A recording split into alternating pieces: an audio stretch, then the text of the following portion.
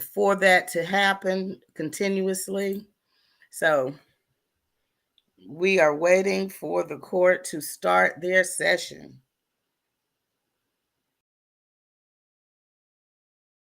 You have any questions, please feel free to ask in the chat. We are very happy to answer any questions as best of our knowledge that we can.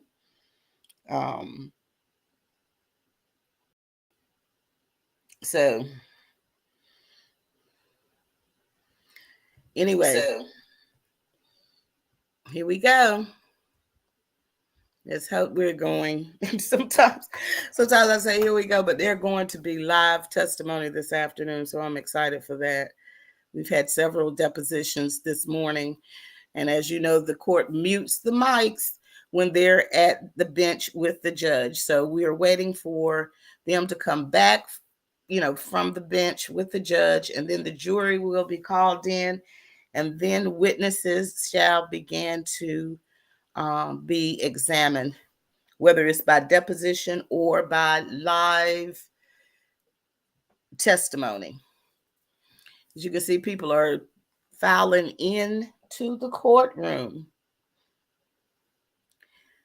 Again, also who testified this morning was Adam Waldman. Now, he testified, who is Johnny Depp's attorney. He also testified that there was a perjury investigation against Amber Heard, and that's why he felt confident to make the statements that he did. He also basically broke down a list of people that contradicts Amber Heard's story and that were neutral parties.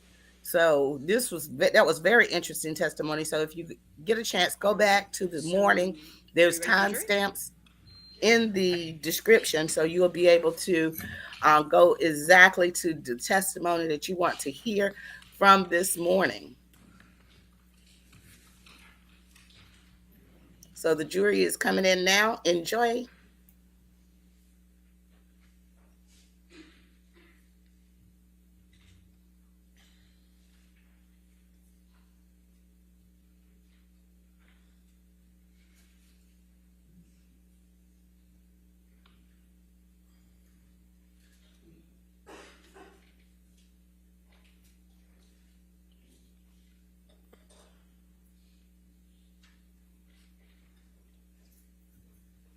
All right, be seated. Your next witness? We call Ron Schnell. Okay. Schnell. Thank you, sir. Mm-hmm.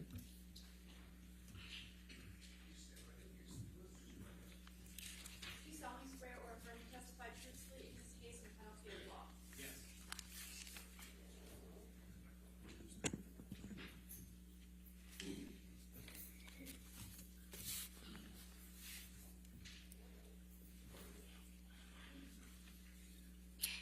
All right. Please introduce yourself to the jury.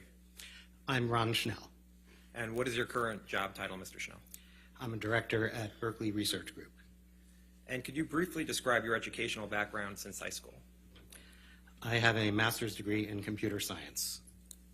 Do you have an undergraduate degree? I do not. And can you explain to the jury why not? When I was a kid, there was a lot of publicity about me because I was a professor at NYU.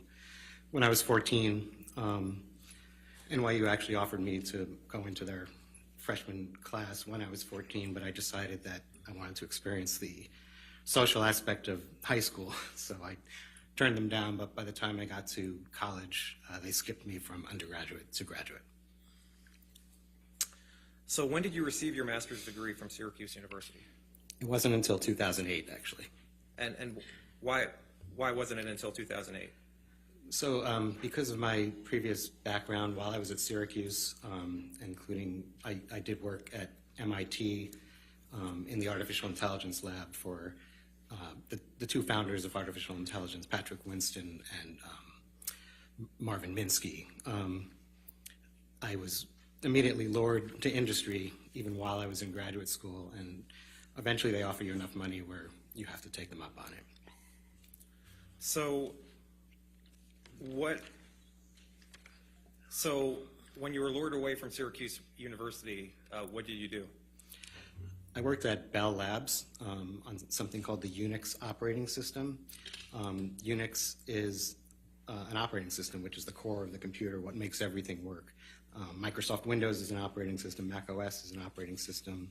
You may have heard of Linux, which is, Unix was the predecessor to Linux. So I worked on the kernel of the Unix operating system at Bell Labs.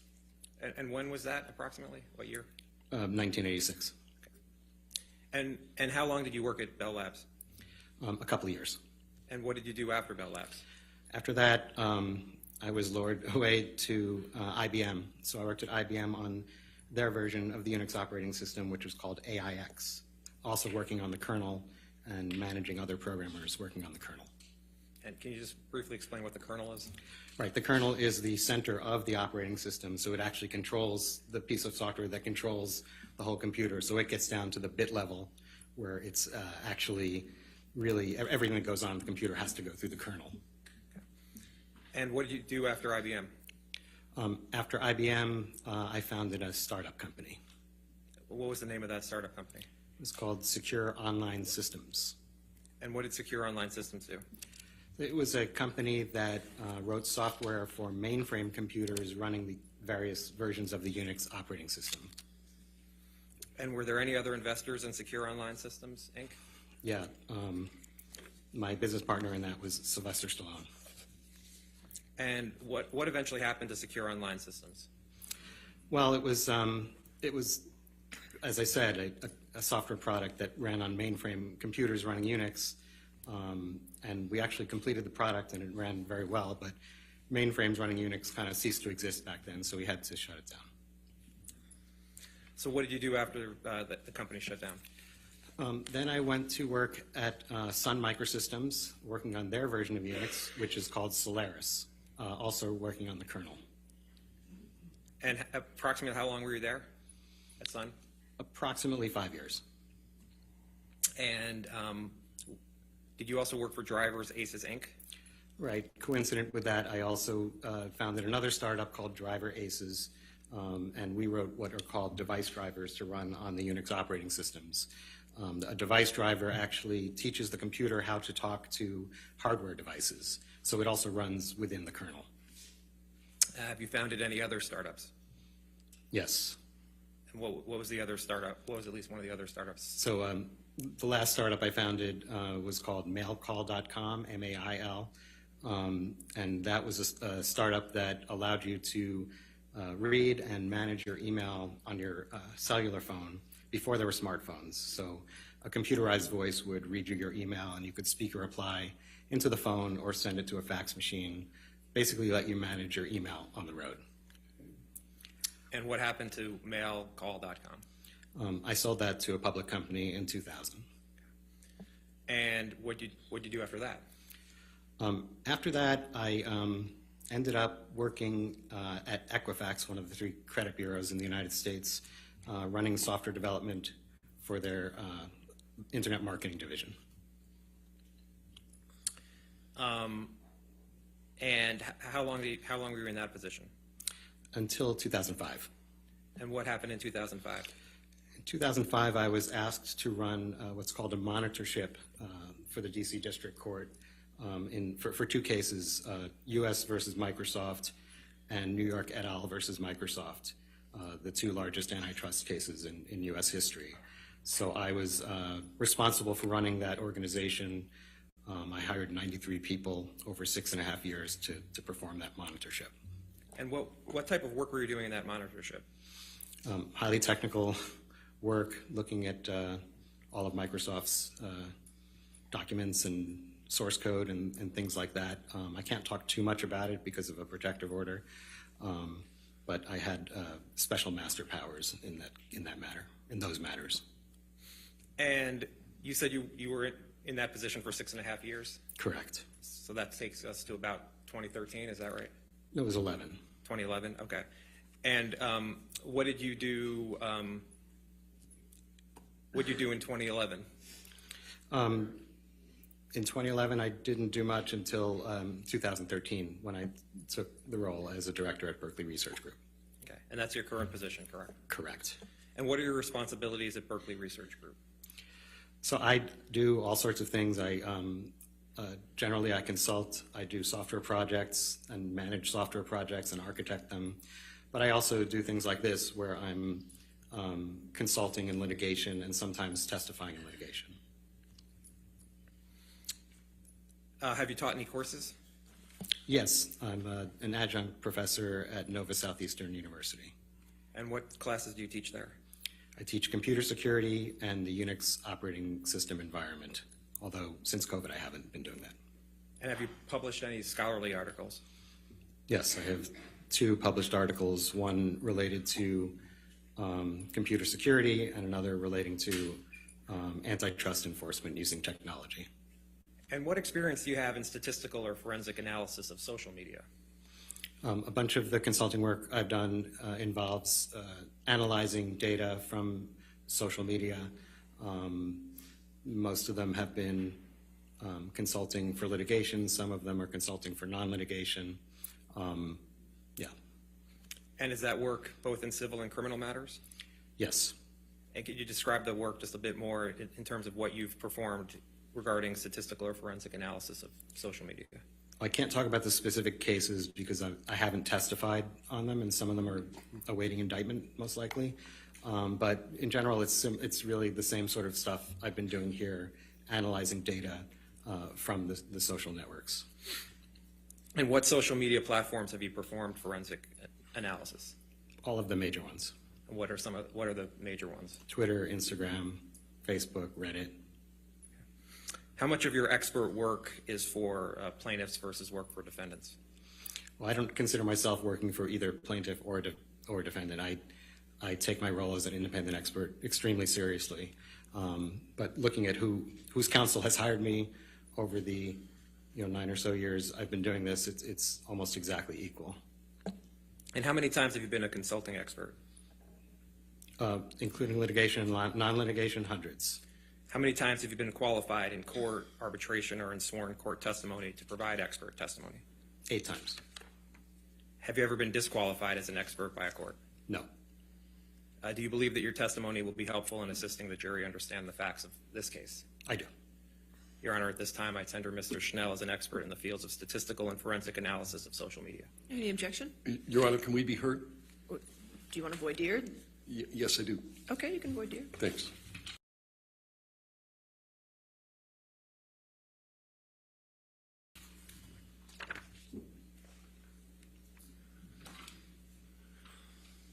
Sir, my name's Wayne Dennison. Good afternoon. Good afternoon.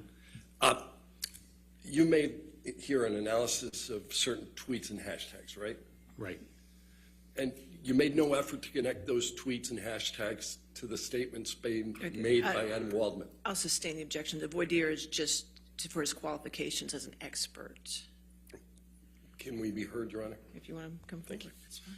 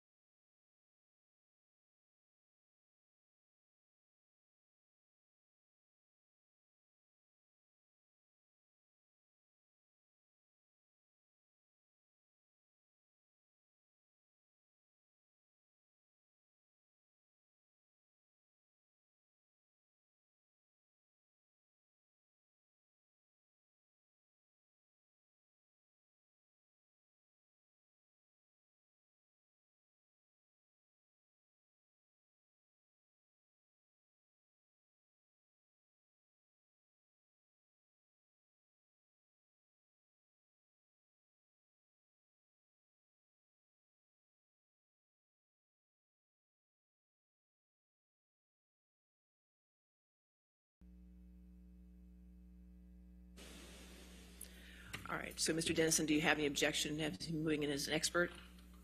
No. All right, then I'll move him in as an expert in statistical and forensic analysis of social media. Okay? Yes, sir, your question. Mr. Schnell, what were you asked to do in this matter? So I was asked to do several things.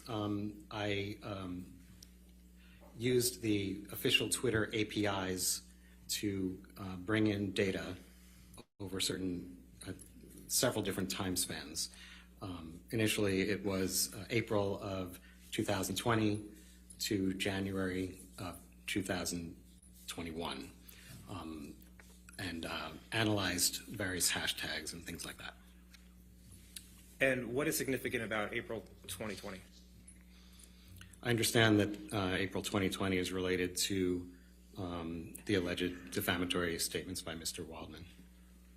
And you talked about APIs. What does that mean? So API stands for Application Programming Interface. That is a service that's provided by companies like Twitter so that professionals can write programs to query Twitter to ask for various things. In this case, I use two of their APIs. One of them is called the Search API, and that allows you to give search terms, and it will return all the tweets containing those search terms through a certain date range. The other one is called a Counts API, and I use that, again, through a certain date range to return any tweet that contained that hashtag. And I should add that it may not be obvious why you need to do this, but if you just do a search on Twitter itself, it's not going to return everything. It's going to return a subset of what is out there. But using these APIs, which you pay a lot of money for, they sort of guarantee that you'll almost guarantee that you'll get everything. And you mentioned hashtags. I know a lot of people know what those are, but for those who don't, what's a hashtag? Well, hashtags are a function of Twitter. They're really just part of the text of a tweet or a profile, and it's convenient to put things in hashtags so that when somebody searches, they can search for a particular hashtag and it'll come up. And did you choose particular hashtags to search for? I did. And how did you choose which hashtags to use? Well, initially I was looking at tweets that would be negative towards Ms. Heard. So I looked through tweets that were negative towards Ms. Heard, and I found that a super majority of them were using one of four different hashtags.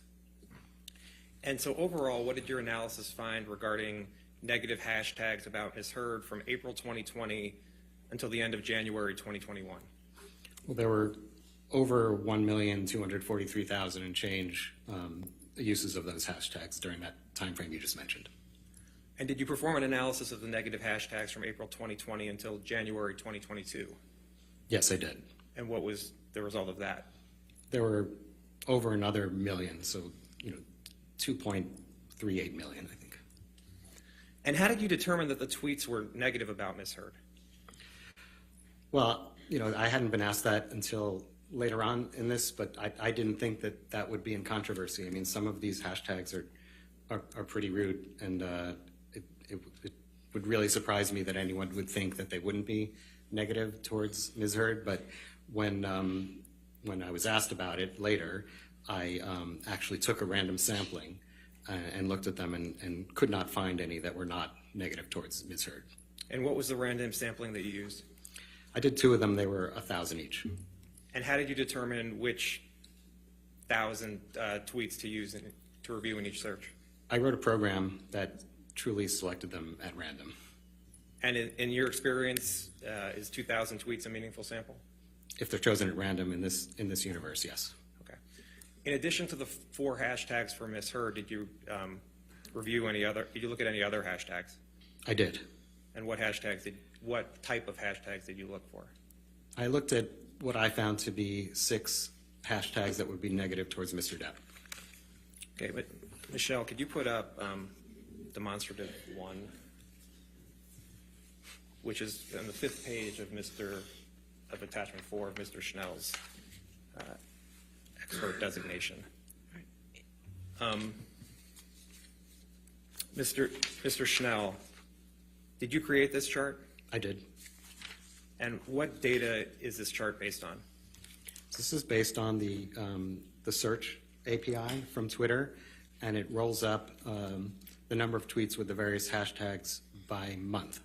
of these 2 years. 3 years.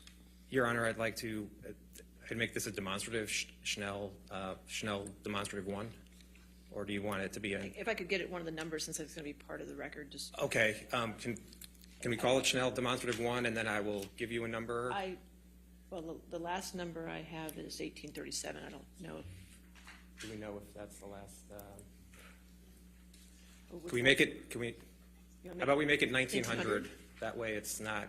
Can we just make it 1900? That's perfect. Okay. All right, 1900 it is. Any objections to demonstrative? No, Your Honor. All right, you can publish that.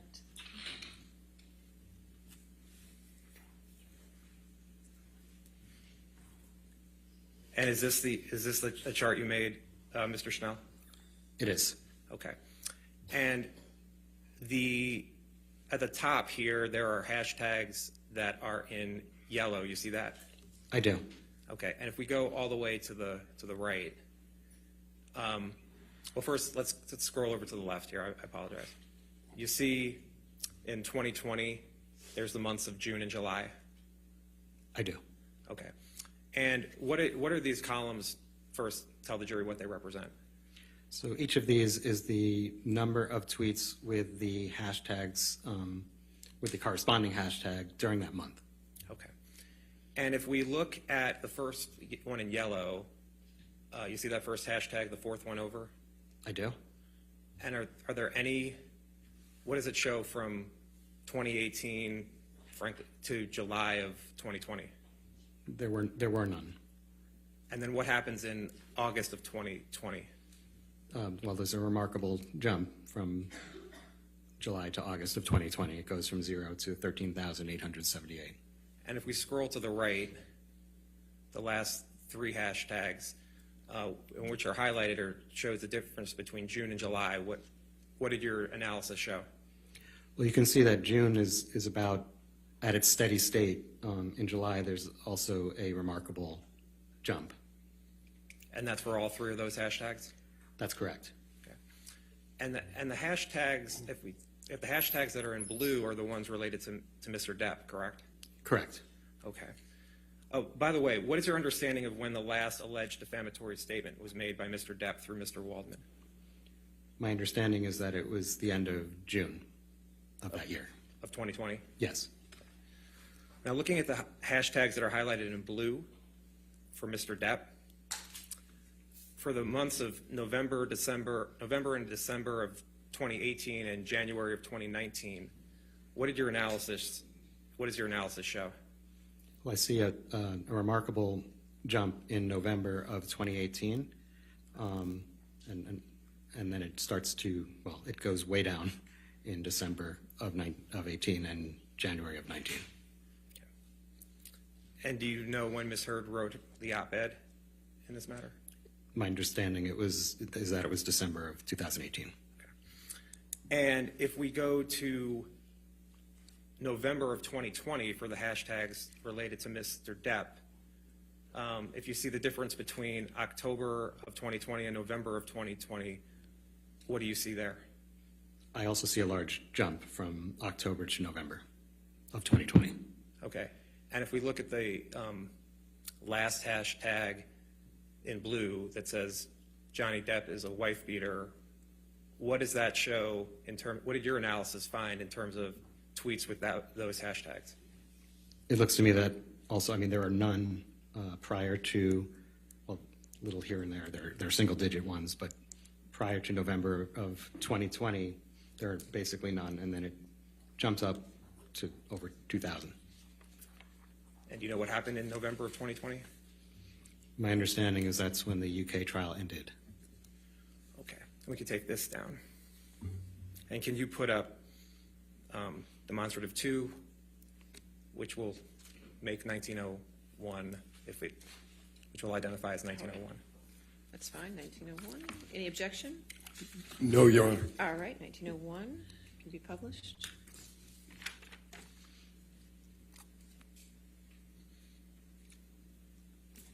And Mr. Banya, what data is this chart based on? Oh, I did the same thing. Mr. Schnell, what data is this chart based on? This chart is actually based on the data we just looked at, but out until January of 2022. And it's just another way of displaying the numbers in graphical form so that we can see peaks and valleys. And what are the dotted lines?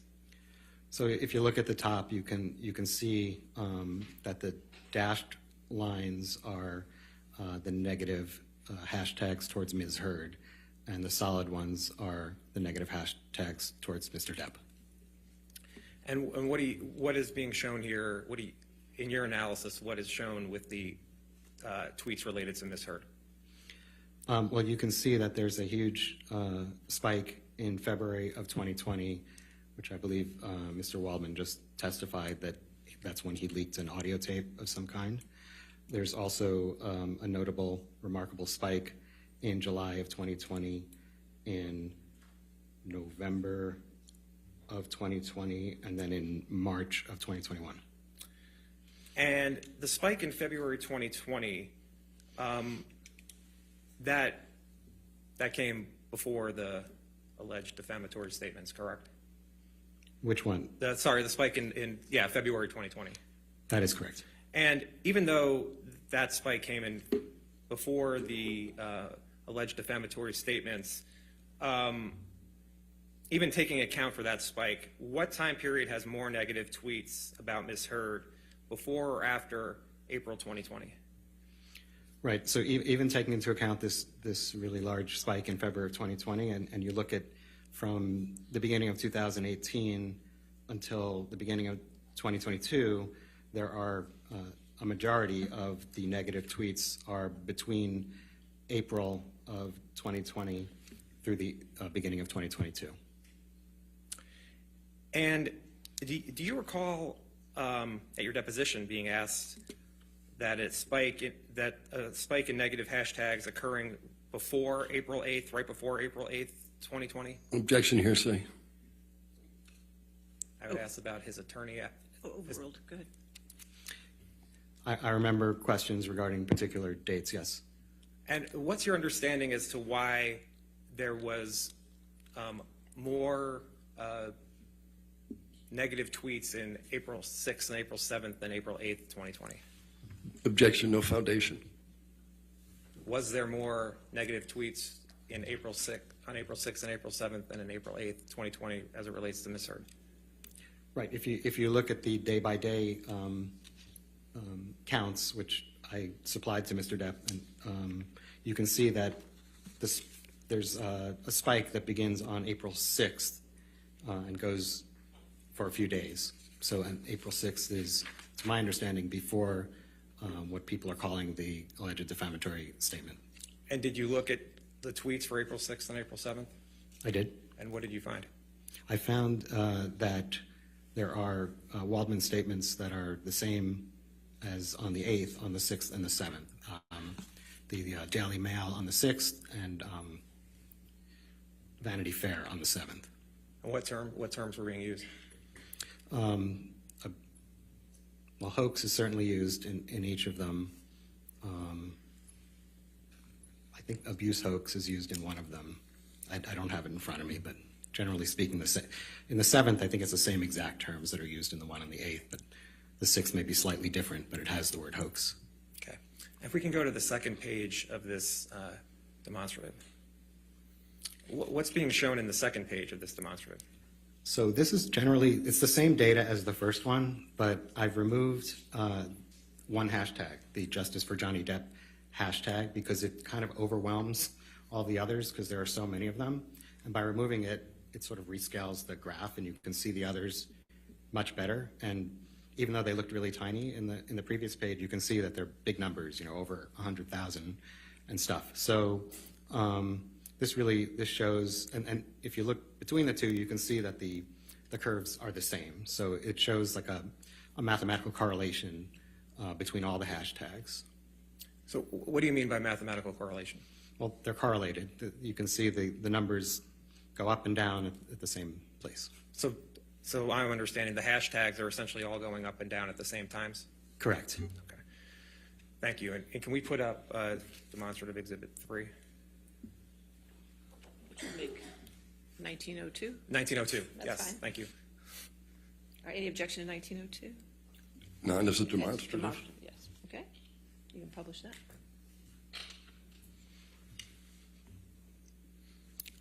Mr. Schnell, did you create this chart? I did. And what does this chart show?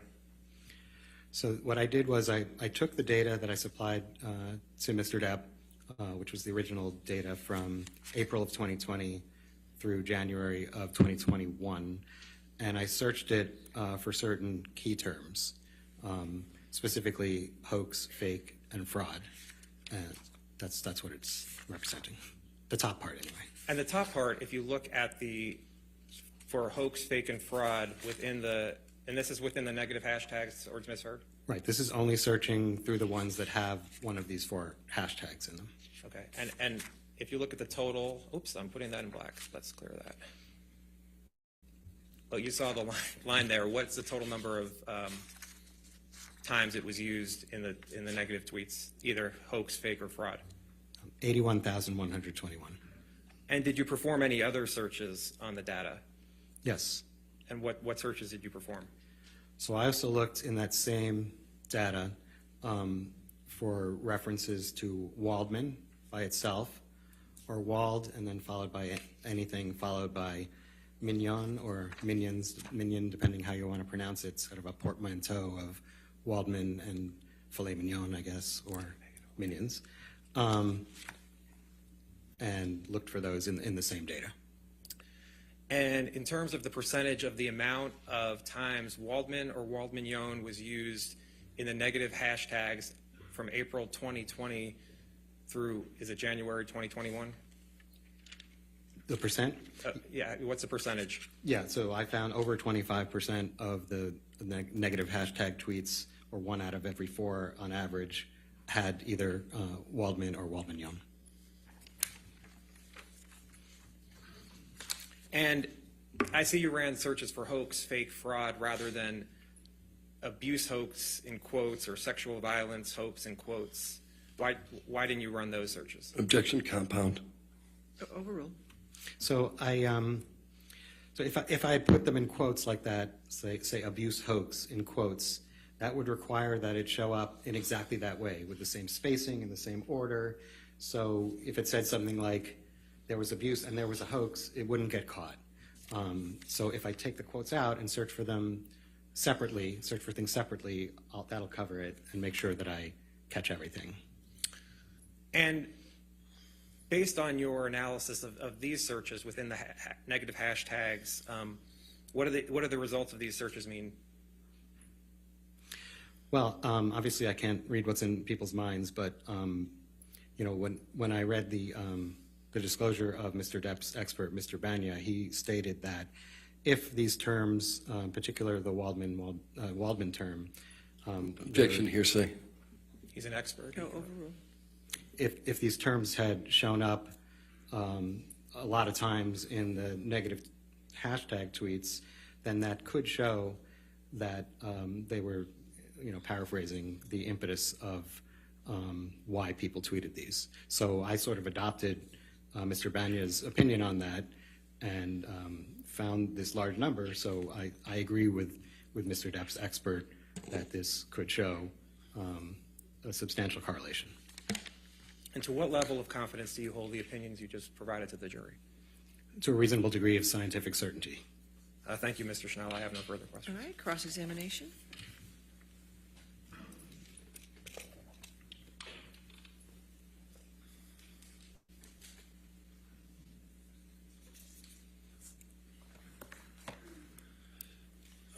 Sir, this is the first time that you've testified as an expert as in the field of statistical and forensic analysis of social media, isn't it?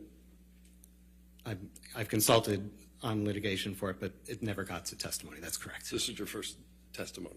Testimony, yes. Right. And you've never been involved in a defamation case before. That's correct. And you're being compensated for your time here today and the work you did, correct? Berkeley Research Group is being compensated, yes. At $600 an hour. That's what they're getting paid. Right. And you're aware that Mr. Depp is being sued based on allegedly defamatory statements. What are the dates of those statements? My understanding is there was something around April 8th, I believe April 27th, and June 24th, somewhere in the end of June. Okay. And where do you understand those statements to have resided? In the public media. In any particular article or? I didn't consider that. All right.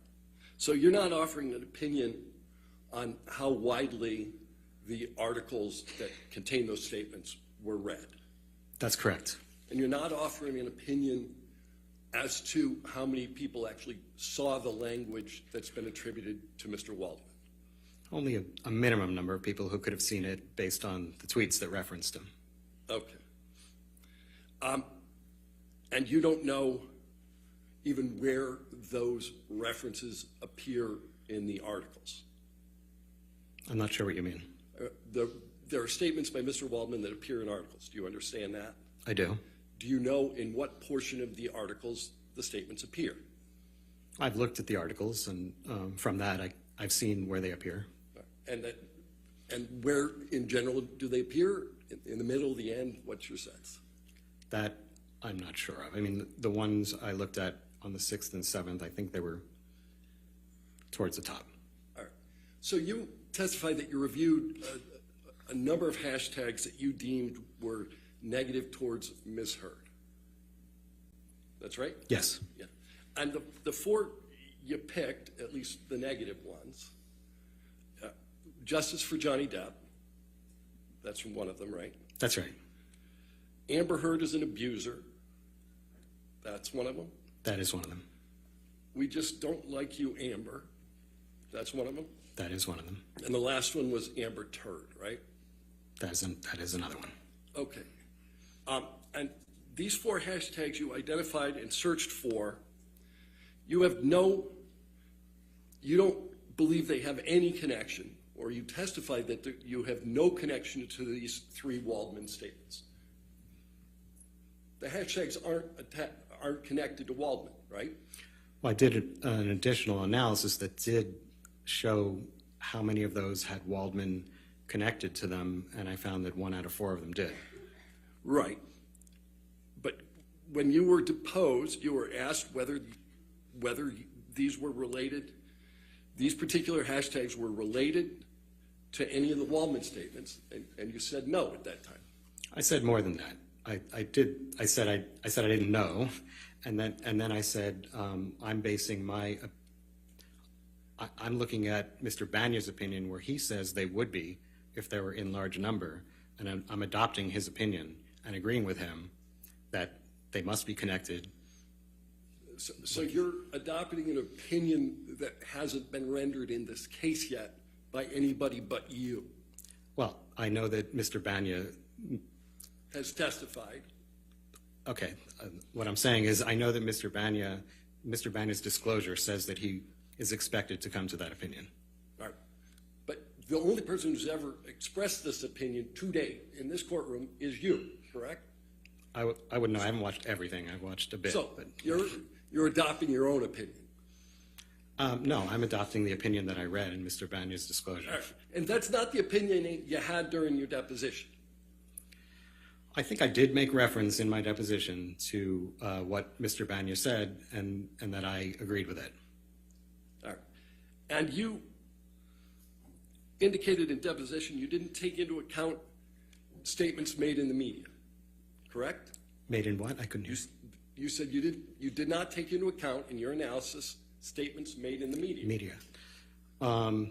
Yes, in the analysis where I gathered data and decided which data to gather, I did not take into account statements in the media. All right. So you looked at data, you produced charts, you did analysis relating to the data, but you had no reason at the time you did this to consider any particular statements. Isn't that true? That's true. I think that's an appropriate scientific methodology to first gather as much data as possible and then drill down on the data. All right. And the Twitter data you collected shows that the 4 hashtags you identified were in existence before Mr. Waldman made the first statement in April 2020, right? That's correct. Right. In very small number. But Justice for Johnny Depp has been around since 2013, correct? That sounds correct. Yeah. Amber Heard is an abuser, and Amber Turd first appeared in 2016, correct? I don't recall, actually. Right. Do you recall if there was any portion of Mr. Waldman's statement that made any reference to Amber Turd? Not that I've seen. Right. People can form a negative view of Ms. Heard without reading Mr. Waldman's statements, correct? People can form a negative opinion of anyone without reading anything. That's correct. And you didn't consider whether there was negative publicity around Ms. Heard other than the Waldman statements? Well, what I did was to report on correlation with these hashtags and certain search terms in particular. I wasn't trying to read anyone's mind as to why they used them. All right.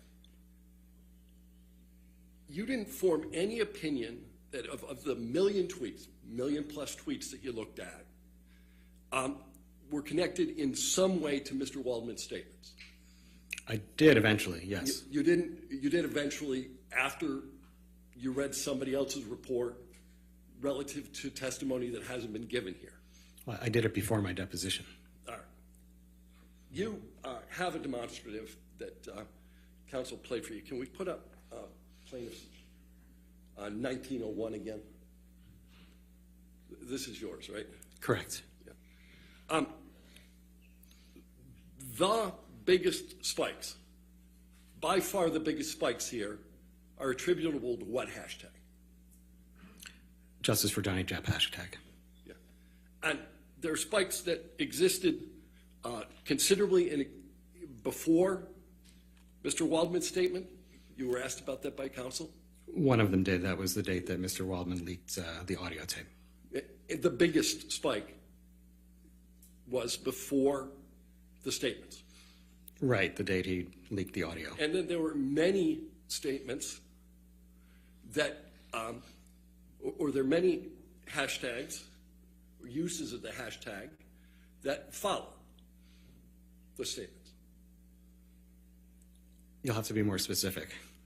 Well, so you looked at 1.2 million of these hashtags, right? Right. In your chart, didn't 980,000 of these plus belong to Justice for Johnny Depp? That sounds about right. You'd have to show me, but I'll take your word for it. All right. But the vast majority of them were Justice for Johnny Depp. A majority of them were. Well, it wasn't the majority so large that you had to draw another chart?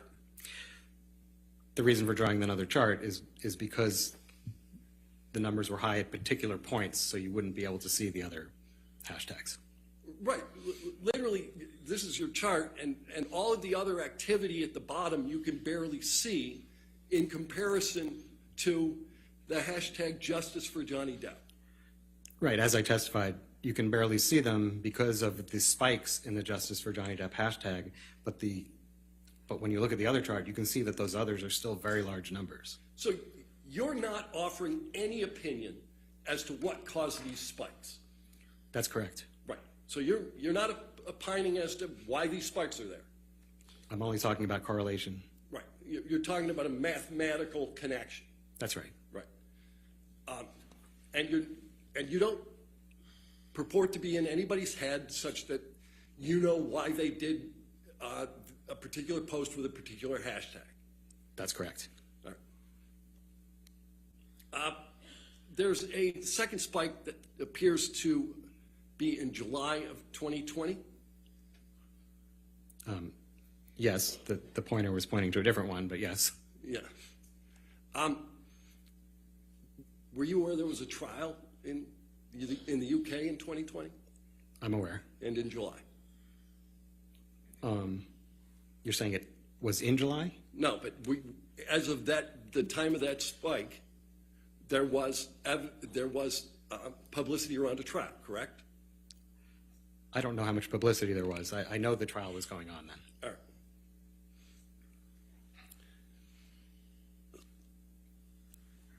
There are a number of things called out in your chart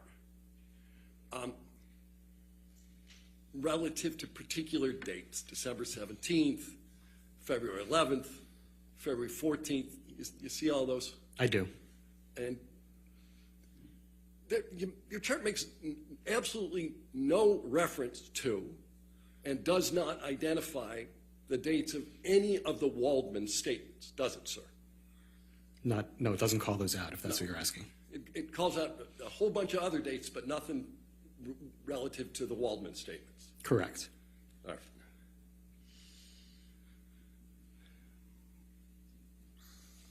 All right. At some point, you ran searches for additional search terms: hoax, fraud.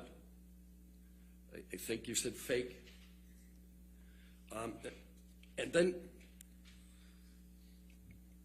you don't know why those terms appeared, do you? I'm not sure what you mean by that question. Are you asking me? You could not perform a scientific analysis of the reason why those terms appeared in the tweets you were looking at. Right. I could only show mathematical correlation. Right. You could show a correlation, but you don't have any idea why they're there. I can't get into people's heads. Right. And just because the tweet contains one of the terms does not mean the tweet was in some way prompted by Mr. Waldman, right? Well, there are a few things I searched for. The ones you just mentioned, and then the Waldman and Waldmignon terms. So, it's not that big a stretch to say that it's related to Mr. Waldman if it's his name and Waldmignon or Minion. Wait a minute, is the new standard it's not that big a stretch? No. Or the I'm trying to standard speak. is I'm scientific trying to. certainty, right? Yes. All right. So you're not suggesting that you know why Mr. Waldman's name appeared in any of these tweets? Well, if you look at the tweets that have Waldmignon, and I looked at a large sample of them. Just a large sample was 2,000 out of 1,000,002. No, I looked at more than that of these. But that's another thing that I wouldn't expect to be in controversy. When people are saying that they're part of the Waldminions or things like that, I would expect everybody to agree without arguing that it has to do with Mr. Waldman. And nobody asked whether it had to do with Mr. Waldman. I'm wondering, how do you know that it had anything to do with Mr. Waldman's statements? But I was under the impression, I was informed that nobody really knew who Mr. Waldman was before all of this, so I wouldn't expect it to be anything else. I didn't think it was in controversy. It wasn't in controversy whether everyone knew who Mr. Waldman was? Is that your testimony? No, I'm saying it wasn't in controversy that that if somebody was suddenly talking about him, that it had to do with this case. All right, but again, it's not, did it have to do with this case? It's, did it have to do with the allegedly defamatory statements? You have no idea, do you, sir? I can't get into anyone's mind. I can only talk about the science of it. Right. And so you identified all of these hashtags as negative towards Miss Heard, right? Right. Justice for Johnny Depp is not negative towards Miss Heard, is it? No, but the tweets that use that hashtag are. No, but the hashtag itself, the hashtag that predominates through your analysis is not, in fact, negative towards Miss Heard. I'm not opining on the hashtag itself. I'm talking about the tweets that contain that hashtag. But the hashtag itself is not negative. That's not part of my opinion, one way or the other. Well, do you have an opinion as to whether justice for Johnny Depp is a good thing? It's not part of my assignment. Okay, but you'll agree with me justice in general is a good thing? Big fan of justice. All right, me too. No further questions. All right, redirect. Okay, yes, sir.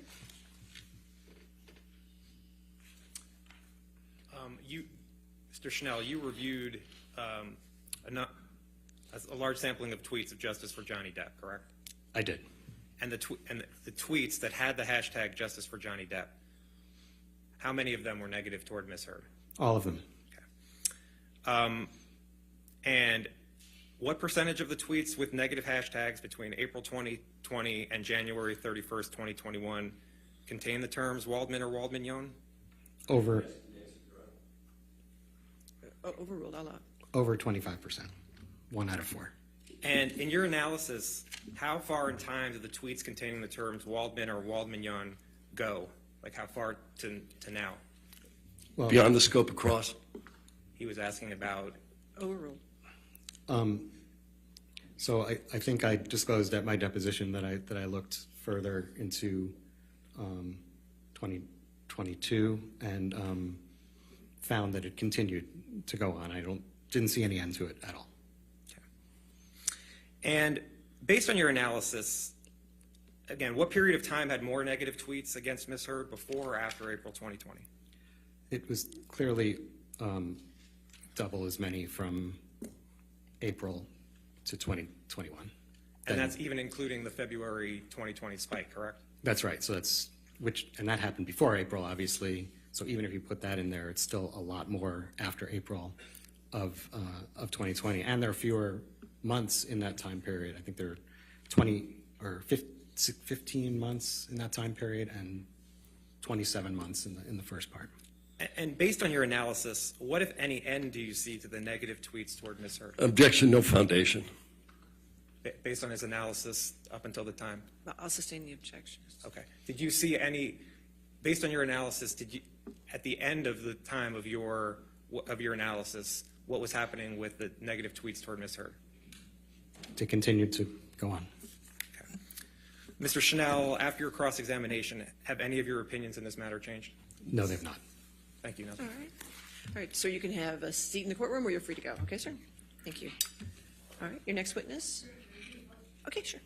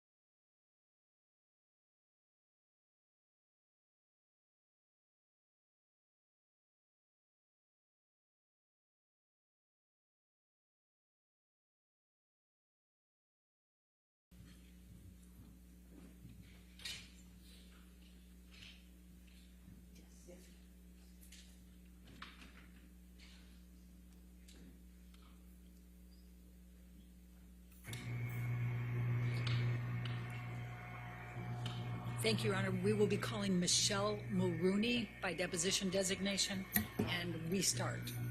Okay, just give some. Will you?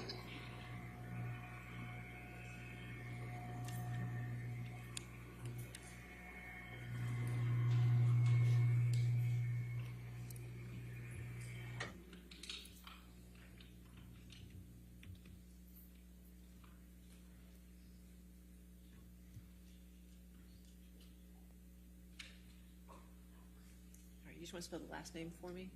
It's Mulrooney. All right. Okay. Please state your name and address for the record. Michelle Mulrooney, Los Angeles, California, 90067. Ms. Mulrooney, what is your occupation? I'm a partner at Venable LLP, an attorney practice. Could you just please describe give me a brief description of your educational background and work history? Okay, I attended USC and received my undergraduate degree in 1982. And then I again attended USC and received my law degree in 1985. I then worked for Gibson, Dunn and Crutcher until 1991. And then I worked for an entertainment law firm that was originally called Armstrong Hirsch when I joined it, then later morphed into several names. And then in 2011, I joined Venable LLP as a partner. Thank you. What are your areas of practice and expertise? I'm head of the estate planning, the West Coast estate planning group for Venable. And does that estate planning involve any aspect of marital estate planning, such as things like prenups and postnups, prenuptials, postnuptials? Yes, we frequently do prenups, cohabitation, and postnup agreements for all clients. Would you please briefly describe what a prenuptial and a postnuptial is?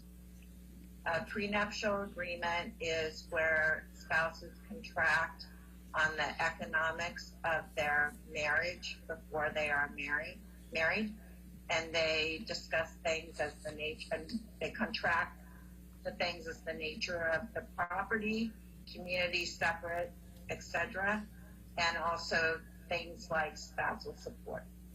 And in a postnup, the clients do that after they're married.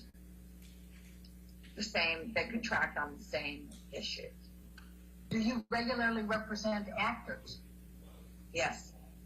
I'm asking very narrowly, did there come a time when Amber Heard contacted you for representation respecting a prenup or a postnup agreement?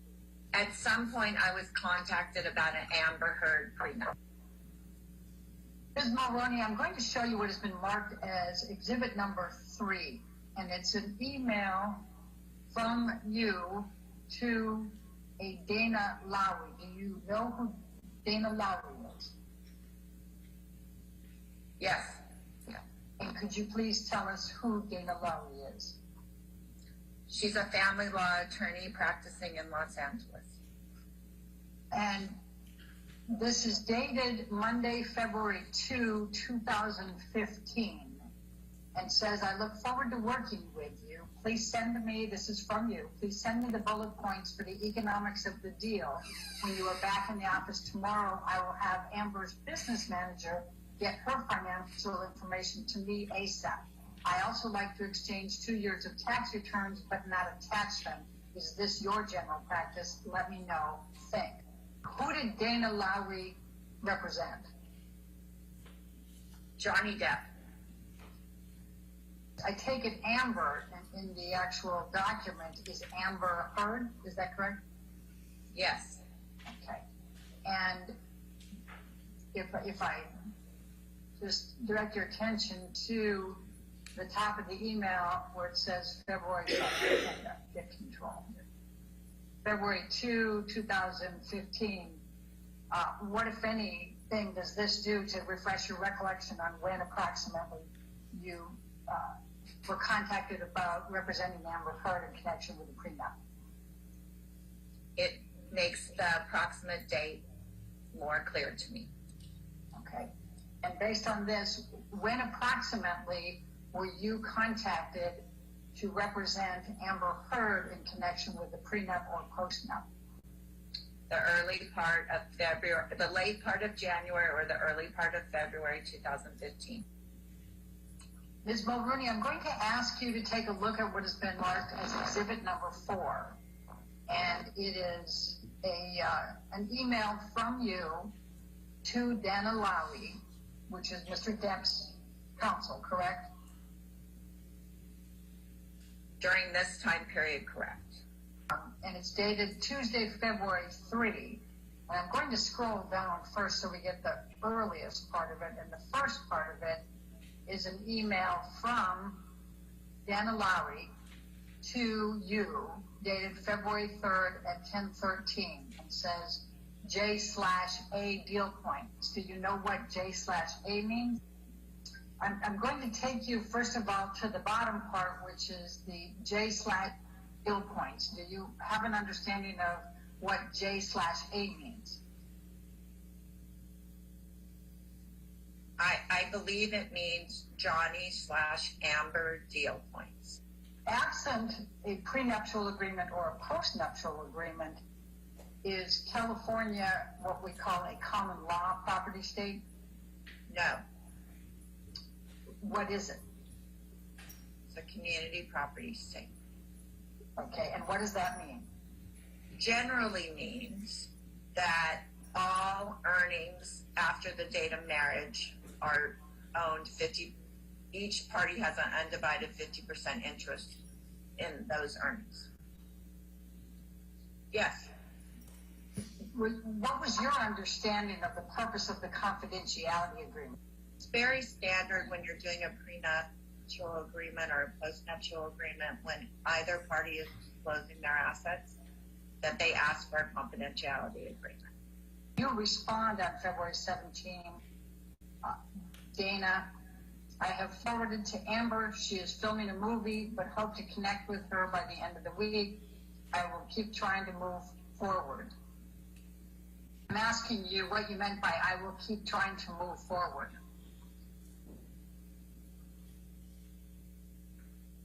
I assume I meant that we're trying to get a postnuptial agreement signed between the parties, and that's what I was hired for. Show you what has been marked as exhibit number 7. And I'm going to start again with going down to show you where the stream is here. And it says, on February 17, that's the same email we've seen a couple times now, where she's attaching the confidentiality agreement, telling you she'll have a draft post-nup agreement, but she's getting the signed confidentiality agreement first. And then I'm going to direct your attention to the very top part, and that is Wednesday, February 18. And it's from you to Dana Lowry, and it says, Amber is sending the signed confidentiality agreement to me. I assume I will receive all the underlying financials and a list of anticipated future revenue streams and documentation pertaining thereto. What did you mean by underlying financials and a list of anticipated future revenue streams and documentation pertaining thereto? I mean, this is typical for an actor. They have profit participations, back ends. I wanted to have a list of what his future revenue would be. He might have had movies booked that he would render services after marriage. I just wanted to see the pro forma. What did you mean by back ends? Back end is either profit participations or royalties Sometimes it's box office bonuses. You just have to look at the underlying agreement on each movie, TV show, etc., to track what the revenue will be from each project. And why is that relevant? I want to know what they're going to make during the marriage. I want to know the income during the marriage. And those are all components of what they make during the marriage? Correct. Okay, thank you. All right, and then you said, I can't really comment on the document until I get this information. What document were you referring to there? The post-nup agreement that I anticipated she would send. How much time expired between when you were sent the confidentiality agreement for Amber Heard to sign and when you indicated back to counsel for Mr. Depp that Amber is sending the signed confidentiality agreement to you? The next day. What, if any, communication did you receive from Mr. Depp in connection with the post-nup agreement? I received one telephone call. And whom did you receive that telephone call from? Mr. Depp. Please describe the telephone call from Mr. Depp. My recollection is that he was very mean, that he called me names, and that he fired me on behalf of them. When you say that he was very mean, what did you mean? Well, my only exact recollection is he called me a bitch. Mr. Depp called you a bitch on that telephone call? Hearsay, Yeah. leaving. What, if any, observations did you make during the telephone call from Mr. Depp, during which time he called you a bitch? I thought he was under the influence. Why did you think that? He was slurring his words, and his speech pattern was similar to my children's speech pattern when they were under him. I was just extremely rattled by the call. I was on the phone for a very short time with him because he was represented by counsel, and I didn't want to be rude and hang up, but I told him I had to hang up. Like after 2 or 3 minutes after I realized what was happening, it took me very off guard, and that's all I remember is that it really shook me up.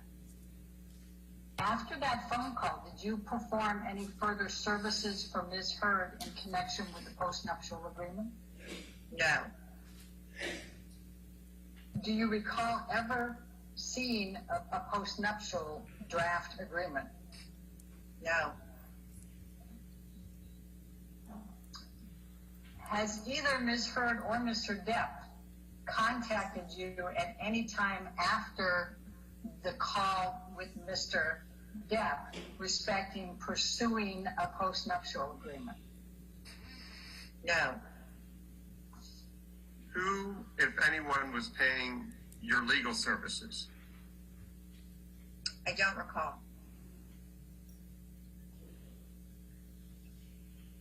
Was it your understanding that Mr. Depp had the authority to fire you?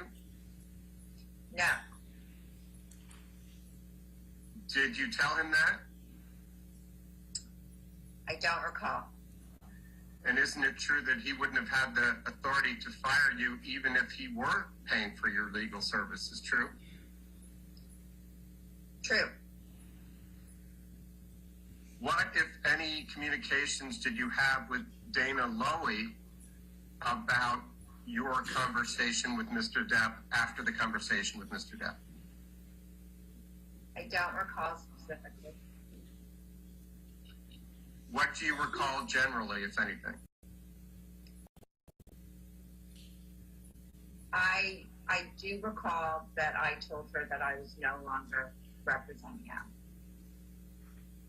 But I don't know if I did that in writing. Somehow she knew.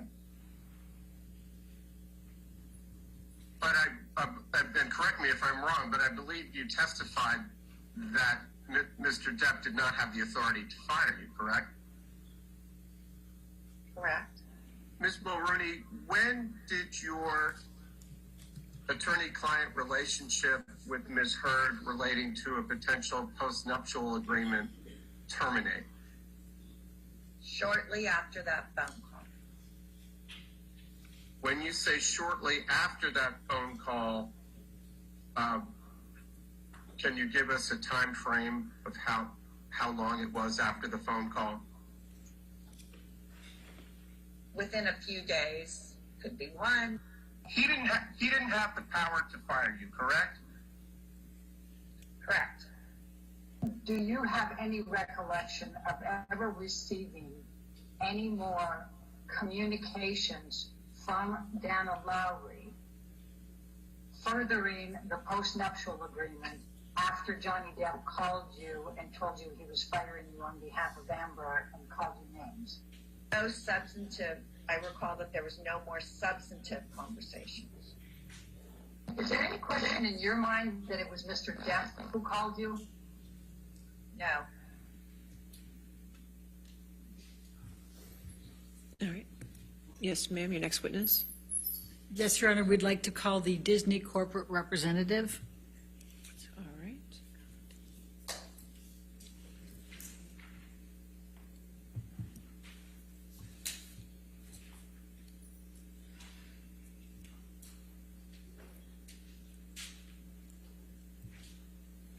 Would you please state your name and your business address for the record? Tina Newman, Walt Disney Studios Motion Picture Production, live action, 500 South Buena Vista Street, Burbank, California, 91521. And what is your current occupation? I'm a production executive. And what is your job title? That is my title, production executive. I work in the live action feature division for Disney. Is it your understanding you're testifying on behalf of Walt Disney Motion Pictures Group? Yes. Were you involved in the gathering of the documents responsive to the documents subpoenaed to Disney?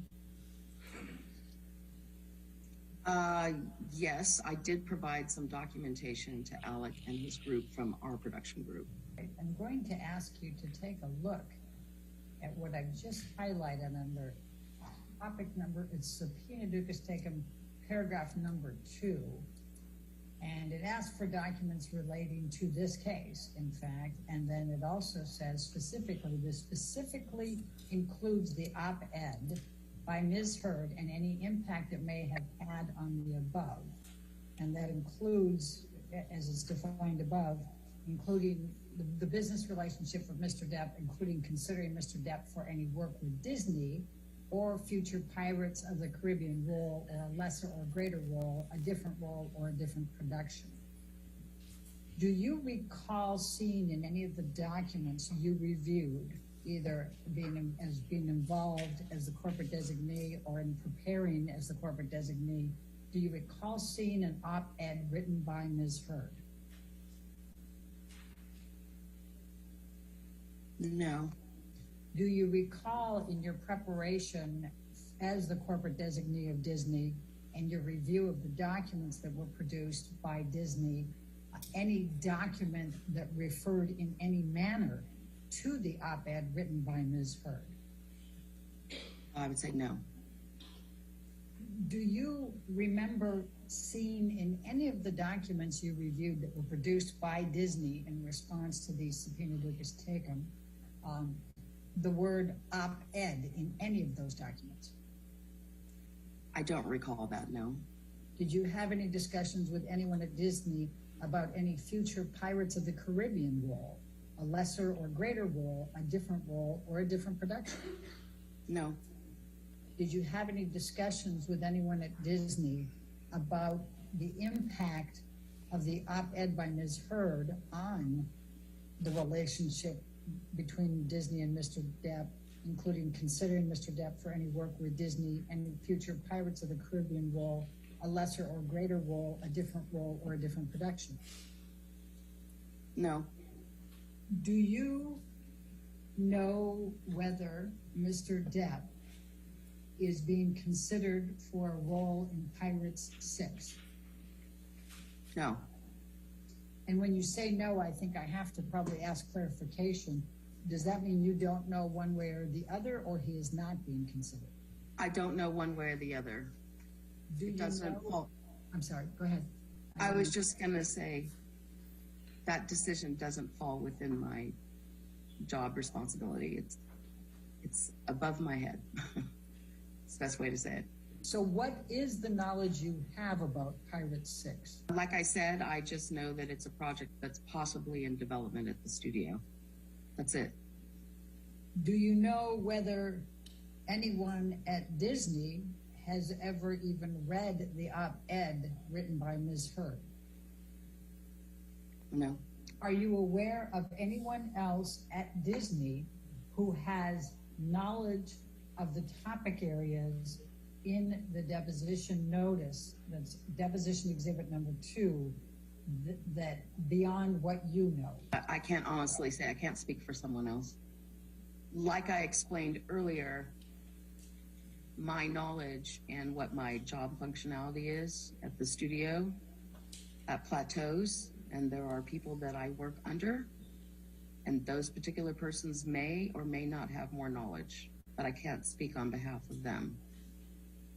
Is Disney aware that Mr. Depp has testified under oath that he would not take another Pirates of the Caribbean franchise role for $300 million and 1 million alpacas? No. Would Disney entertain paying Mr. Depp more than $300 million and provide him with more than 1 million alpacas to be able to obtain his services for any future Pirates of the Caribbean role? No. I'm going to show you what has been marked as deposition exhibit number 52 to Alan Horn. Who's that? He was our co-chairman. Of Disney? Yes, And Alan Bergman, who's he? same. He's the other co-chairman of Disney, or was at the time. And then Sean Bailey, you indicated, was the president? It's our president of production, correct. Okay, and then Ricky Strauss, who's he? I believe at the time he was the head of our marketing group. And Paul Rader? Paul Rader is the head of communications. All right, and this is from Angela Shaw, and it's dated 5/10/2017. Do you see that? Yes. And it says, subject HR, Johnny Depp, a star in crisis, and the insane story of his missing millions. Do you see that? Yes. Okay. Do you have any understanding as to why Angela Shaw was sending this communication to this group, the two co-chairmen, the president, vice president of production, head of communications on this particular day? I don't know what the intent of the email is, but obviously we have a relationship as a company with Johnny, so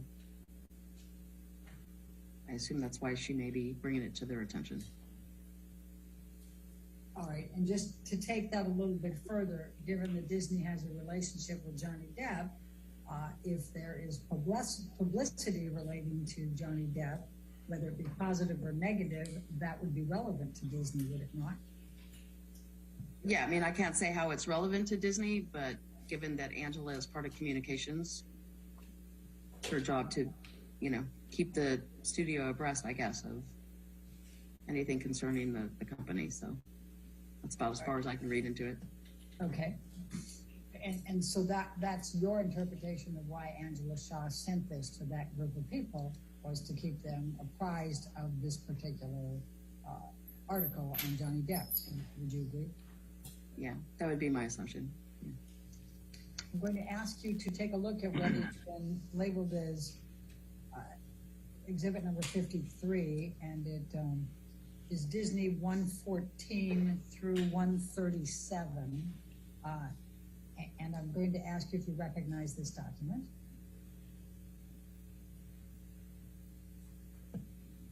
Well, it looks like an internal email. It may have been part of the disclosure documents. This one's from Alan Horn, and I think we've identified Alan Horn before. Well, actually, it starts with, let's start down here. On June 21st, 2018, all right, and then it has a reply from Sean Bailey, sad. Do you see that? Yes. What was Mr. Bailey's position with Disney on June 21st, 2018? I believe he was the president then. Okay. He may have been the EVP. I don't know. Okay. And then we have an email at the top. It's to Sean Bailey, CC Janelle Tipton. And then it has some copies to some other people. It's from Alan Horn. I believe we said he was one of the co-directors. Is that correct? Co-chairman. Co-chairman. Okay. And Alan Bergman. The other co-chairman. Okay. And do you have any recollection of ever reading the Rolling Stones article about Johnny Depp back in this time frame? I honestly don't remember if I ever read this document. I may have. Do you have any understanding of why this would be sent from Alan Horn to these other individuals on the top? Again, same as before, just because of the fact that we have a relationship with Johnny. So they may have determined it was important to bring it to their attention. All right, Ms. Newman, I'm going to show you what has been marked as deposition exhibit number 54. And do you recognize this document? Yes, it looks like a email. Please tell me, please describe it for me. It's an email, well, it started from Scott to myself. Scott Sellers is in post-finance. And then I replied to Scott. So it looks like an email exchange between the two of us. All right, and you said Scott Sellers is in post-finance? Correct. What is that? He handles all finances once film goes into post-production on any given picture. Also reporting for the studio, internal reporting, finances. All right. And this is July 14, 2018 that he's sending this to you, correct? Yes. Do you recall reading the story that was in the Rolling Stone, The Trouble with Johnny Depp? I mean, to be honest, I don't really remember much about the story, but obviously I must have looked at it and commented. Right, and See. in fact, you commented depressing. Do you see Yes. that? Yes. Okay. And just to go back to refreshing your recollection on the template, do you see that it has importance and received on this when you sent it back? Yes. Mm-hmm. Ms. Newman, I'm going to ask you to take a look at what has been marked as deposition exhibit number 56. And it is a document also produced by Disney, and there's the date stamps, Disney 167 through 177. And I'm going to ask you to take a look at the top there. This is to Alan Bergman from, and it has THR's Today and Entertainment. Do you understand what that is? Yes. Okay. I'm going to ask you to turn down to 169. It says Johnny Depp's legal team prepares for court hearing about Amber Heard abuse claims. The actors' camp is previewing the evidence that it will present in an upcoming court hearing in the UK this fall, tied to a defamation lawsuit against the Sun for an article that labeled the actor a, quote, wife beater, end of quote. Katie Kalani reports. Do you see that? Yes. Do you have a recollection of learning about this and reading about the UK case in this time frame? We're talking October 2018. I may have seen a headline come across my desk in the same manner as Alan received it, but that's probably as far as it went. Ms. Newman, I'm going to show you what has been marked as deposition number 60. And it's dated November 5, 2020, and it says Disney reportedly scraps plans for Depp's POTC 6. I'm assuming that's Pirates of the Caribbean 6 return. You see that? Question was, did you see it? Yes, I see it. As you sit here today, are you aware of any document in Disney's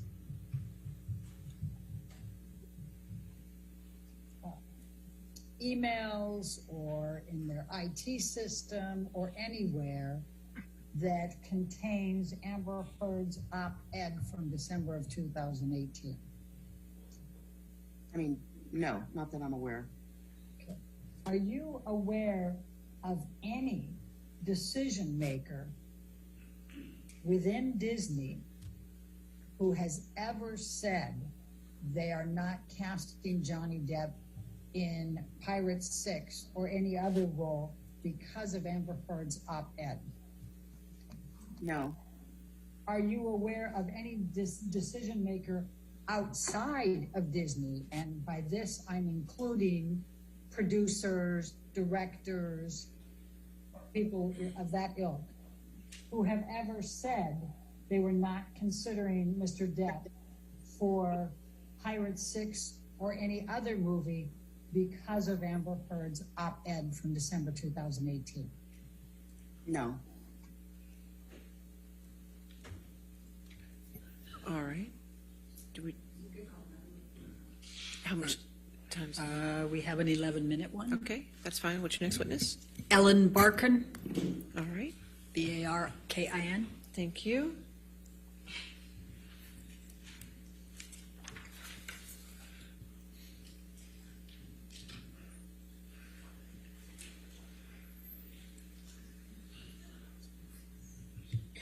Good morning, Ms. Barkin. Good morning. I think the first thing that would be very short but very simple and clean for the record is if you could just describe kind of your career background. I know it's very lengthy, but just give a kind of brief summary of kind of when you started working and what you've done during your career. I started acting professionally about 26 or 7. And I did theater, television, movies, lots of them. That's what I did for 40 years. And in the course of your career acting in theater, television, movies, etc., did you come to meet a person by the name of Johnny Depp? Yes. Can you specify in time, Ms. Barkin, when you met him? I would say 1990. And upon or after meeting him, did there come a time when you became friends? Yes. And can you describe how that happened? We just developed a friendship over time that lasted, I guess, if we met in the 90s, maybe 10 years, a little less. And fair to say that Mr. Depp at the time was also an actor, a professional actor? Yes. Were you, did you act in any film, stage, or TV productions with Mr. Depp? Yes, I was in Fear and Loathing in Las Vegas. How often would you see Mr. Depp?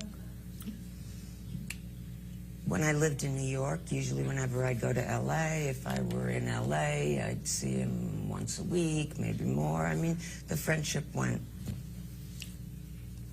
up and down, living on different coasts. And did there come a time when your friendship with Mr. Depp became more than that, became romantic in nature? Yes. And at what point in time did your relationship with Mr. Depp take a romantic turn? After I had moved to Hollywood,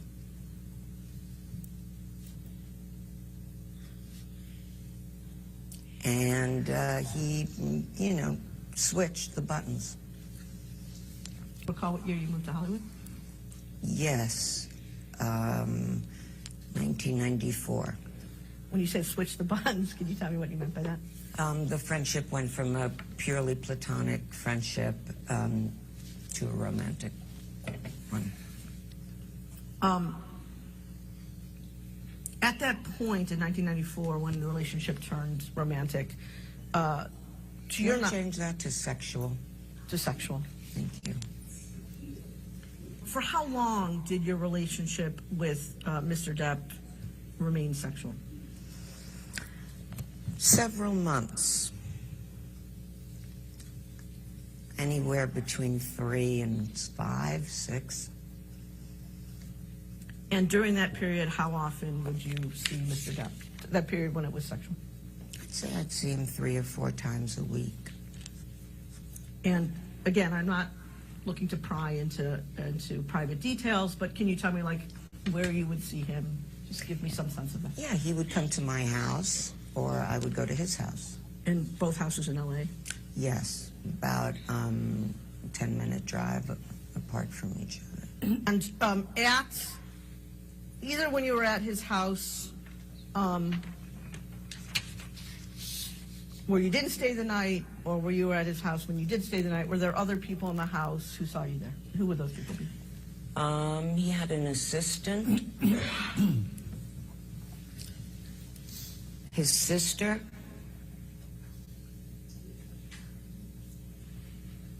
That's all I can remember now. Do you recall the name of the assistant? I don't know his name. He was referred to as Pig. He was referred to by whom as Pig? Johnny Depp. At any point that you were either initially friends and then sexual with Mr. Depp, did you become aware that he drank to excess? I was always aware. Okay, and can you explain how you were aware of that? He was drunk all the time, a lot of the time.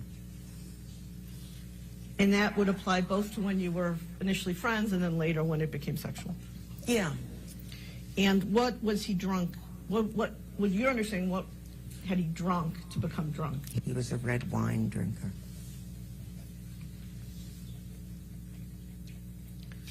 Okay. In addition to alcohol, were you aware at that time that Mr. Depp was taking any prescription medication? No. Okay. Same question, Mr. Barkin, for illegal substances. Yes. Same question. And what illegal substances? Hallucinogenics,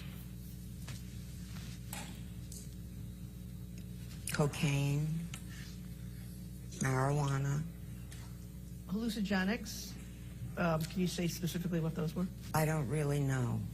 Okay. He called me and told me he was tripping.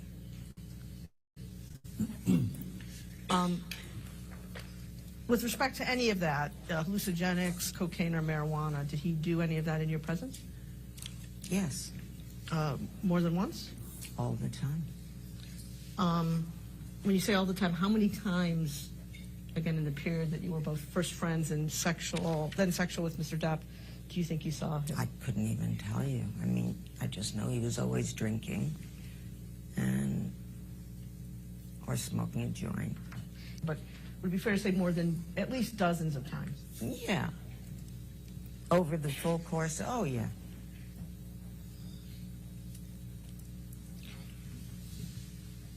Now, did you ever observe, Ms. Barkin, Mr. Depp's behavior change when he drank more or used more drugs? I did not. So he was kind of the same all the time, fair to say? He was not the same. He was high. Did there come a time, Ms. Barkin, when Mr. Depp acted in a way that was out of control with you? Yes. Mr. Depp threw a wine bottle across the room, the hotel room on one instance in Las Vegas while we were shooting Fear and Loathing in Las Vegas. Was something about to happen? A fight was going on. Between you and Mr. Depp? No. Who was the fight between? Between Johnny Depp and his friends in the room, the assistant. Honestly, I don't remember. And the bottle that, do you remember sitting here today, Ms. Barkin, whether the bottle was full of wine or empty? I don't. Sitting here today, Ms. Barkin, do you remember whether the bottle hit you? No, it did not. Did the bottle hit anyone else? No, it did not. Approximately how far away from you was Mr. Depp when he threw the bottle? Across the room, so maybe by that break in the table or a little further down. It was a toss. And Wow. sitting here today, if the bottle had hit you, would it have injured you? Ms. Barkin, was it your understanding back then that he was throwing the bottle at you? I don't know why he threw the bottle. And was it, when he threw it, was it in your direction? Yes. Was there other people standing around you? Yes. So he threw it in your direction at a group of people? Yes. Whose hotel room was it? His, Johnny Depp's. Who broke off? He did. How did it come about that Mr. Depp broke off your relationship? I went to go home. There was a big goodbye, crying, a lot of jealous, don't do this, don't do that. And I never heard from him again after that. And did Mr. Depp not want you to go back to Los Angeles at the time? Yes, he didn't want me to go. I was only supposed to be there for 2 days. I stayed for longer. And you just referenced, you just used the word jealous. How did that come up? What did he say that indicated to you that he was jealous? He's just a jealous man, controlling. Where are you going? Who are you going with? What did you do last night? I had a scratch on my back once that got him very, very angry because he insisted it came from me having sex with a person who wasn't him. During the time that you were in a sexual relationship with Mr. Depp, was it common for him to say things to you about being controlling, to use your words, or being jealous of you? Yeah, very common. And when, in these instances, when Mr. Depp became jealous or controlling, did he also become angry? Yeah, and demanding. All right. Ladies and gentlemen, let's go and take our afternoon recess. Please do not discuss the case and do not do any outside research, okay? We'll see you back in 15 minutes.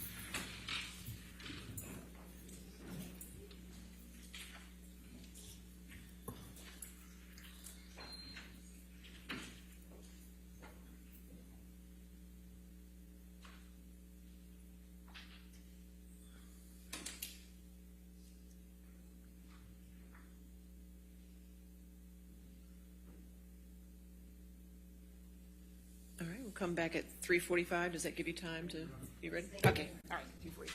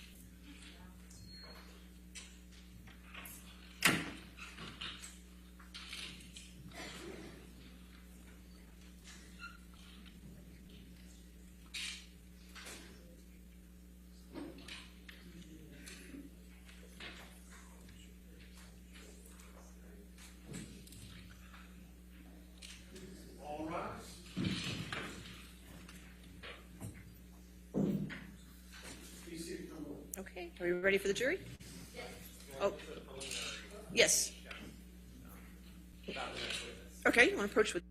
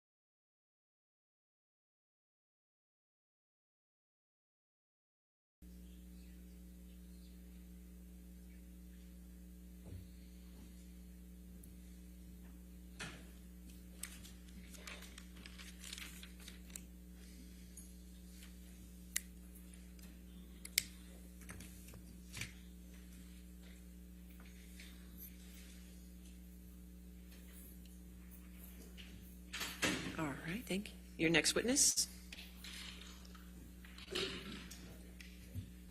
Your Honor, we call Dr. Alan Blaustein. All right. Blaustein. Thank you, sir.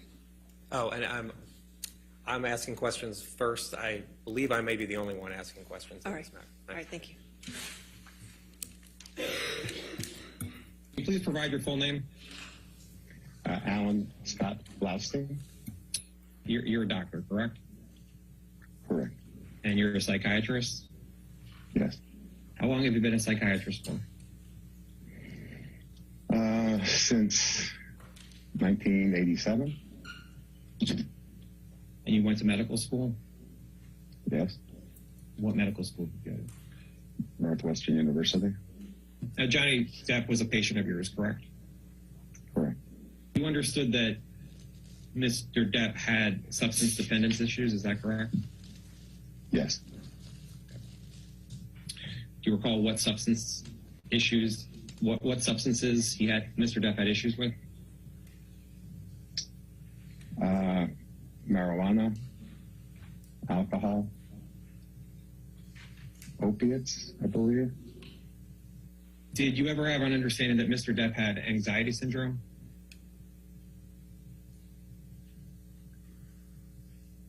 I knew Mr. Depp had anxiety. And how did you come to be aware that Mr. Depp had anxiety? She told me that. Do you recall having any conversation that Mr. Depp was bipolar? There was some question about bipolar disorder diagnosis, but I do not remember any specifics about the discussion. Do you recall having a conversation with Mr. Depp about a bipolar diagnosis? No. What behaviors did Mr. Depp acknowledge that should be changed? Certainly his drug use and his turning to drugs to help relieve a lot of the psychic pain that he was experiencing. In working with Mr. Depp, would you agree that that Mr. Depp had fundamental issues with anger? I would say that he expressed having issues with anger. Mr. Depp expressed having issues with anger? Yes. Did Mr. Depp express having issues of anger towards Amber? He expressed having anger towards her. Yes. Do you recall what reasons Mr. Depp told you as to why he was expressing anger towards Amber?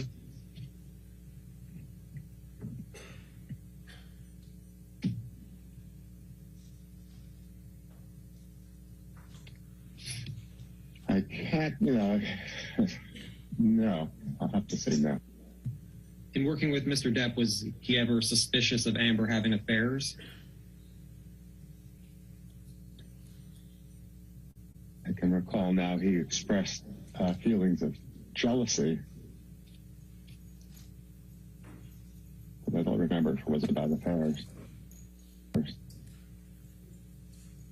you recall any more detail about what Mr. Depp was feeling jealousy toward Amber about? No.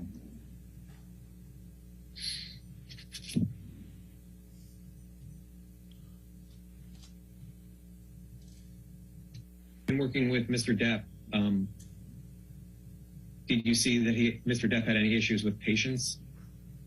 Yes, he was impatient. What is your understanding about issues that Mr. Depp had with Amber?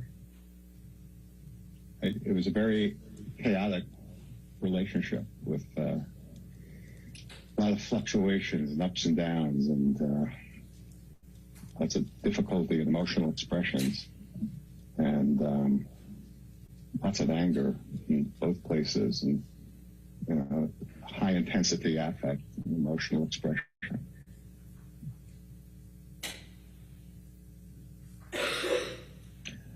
A lot of love, a lot of disappointment, a lot of fears. Dr. Blaustein, I'm showing you what's been marked as Blaustein Exhibit 3. Do you recognize this document? Yes. Okay. What is it? It's my invoice billing document. Okay. This is from your files? Correct. And you keep this document in the ordinary course of business? Correct. And this billing invoice is for Johnny Depp, correct? Correct.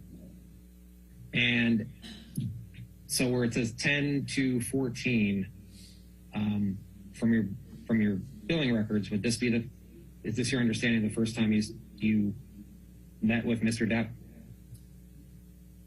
By phone, yes.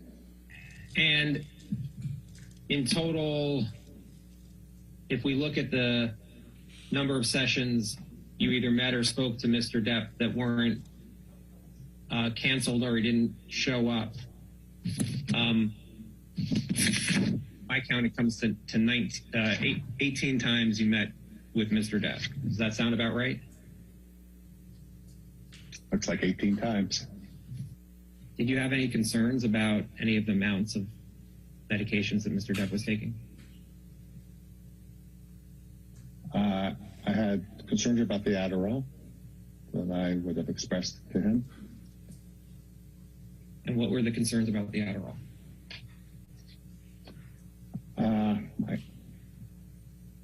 I don't recall the specific conversations, but I would have been asking about how he was diagnosed to have ADHD or under what circumstances he would take that, especially if he wasn't currently working.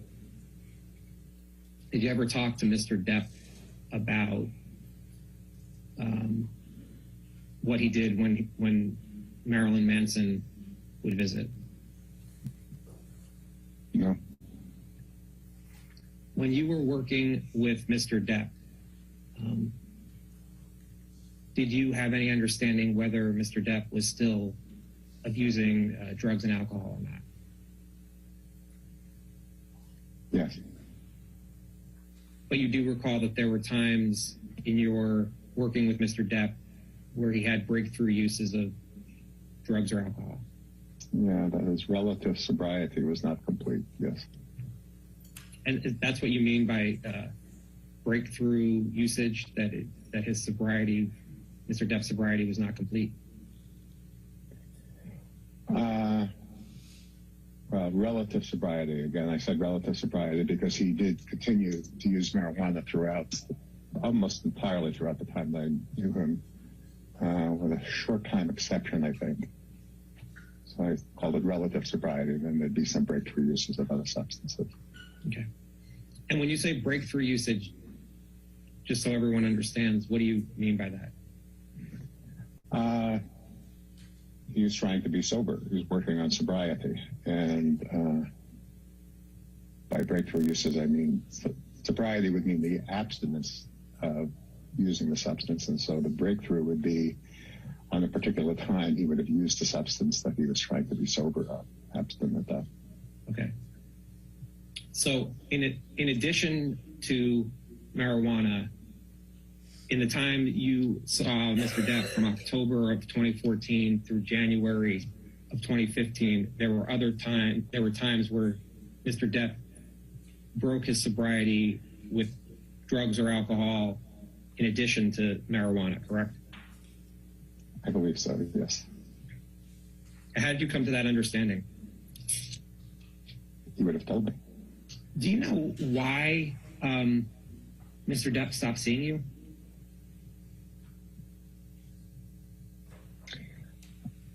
I know he was preparing to leave to Australia to go to work, and I assumed that was the reason.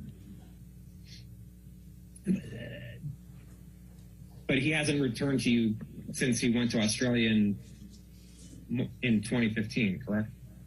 Correct. And did anyone inform you as to why he stopped seeing you? No.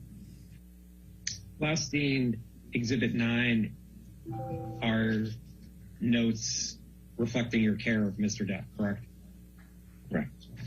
And you kept these notes in the ordinary course of business, correct? Correct. And you kept these notes in a file for Mr. Depp, correct?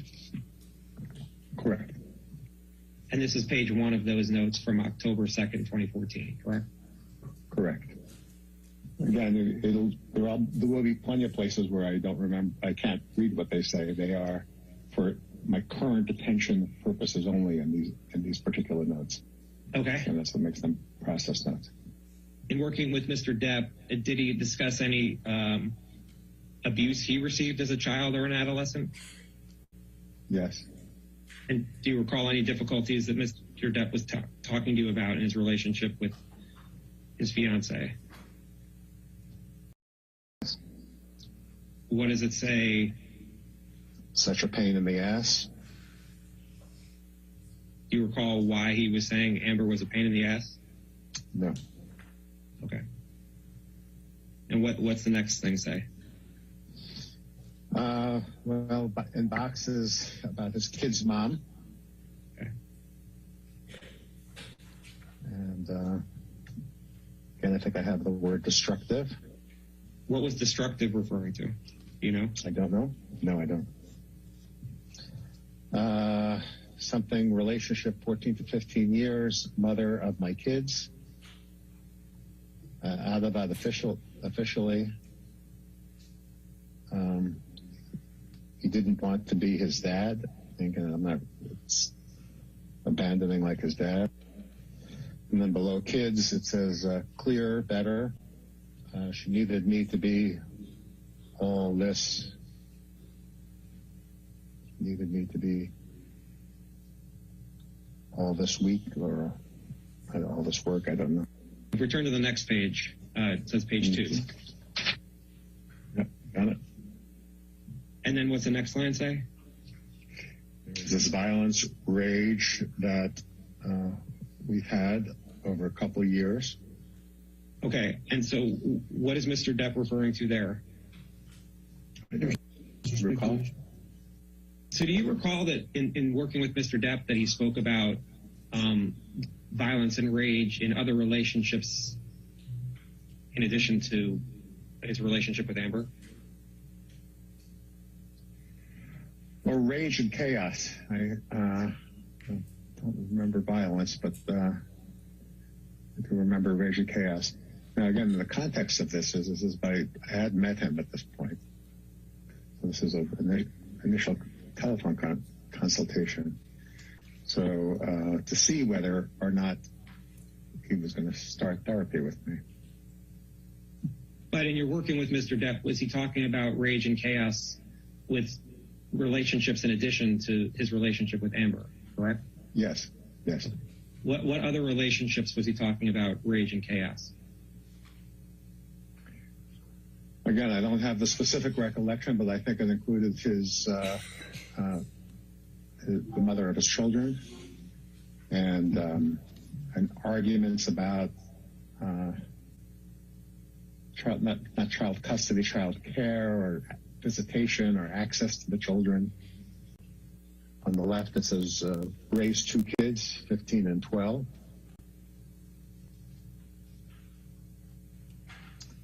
And then below that, she tried to protect me. She tried to protect me too. You know what that's referring to?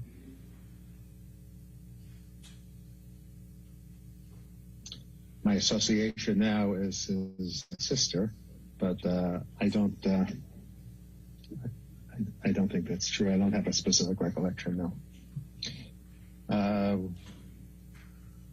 Wouldn't take fear. Wake up to fight devil. Wait up to fight devil. You know what that's referring to? Wait up to fight devil? I think he referred to a devil as some version of internal depression and chaos that he felt, something like an everyday phenomenon. He felt he was struggling. And he, I think, would label it as a devil. So Mr. Depp labeled it's something that was internal to him as the devil? As a representation of something horrible inside of himself, what I would say. So the devil was something horrible inside of himself, correct? That's what Mr. Again, I don't think he ever said that, so I'm going to be careful here. The devil was the representation of the battle that he had many days when he woke up with the depression and anxiety and fears that he had. Did Mr. Depp ever refer to himself as a monster?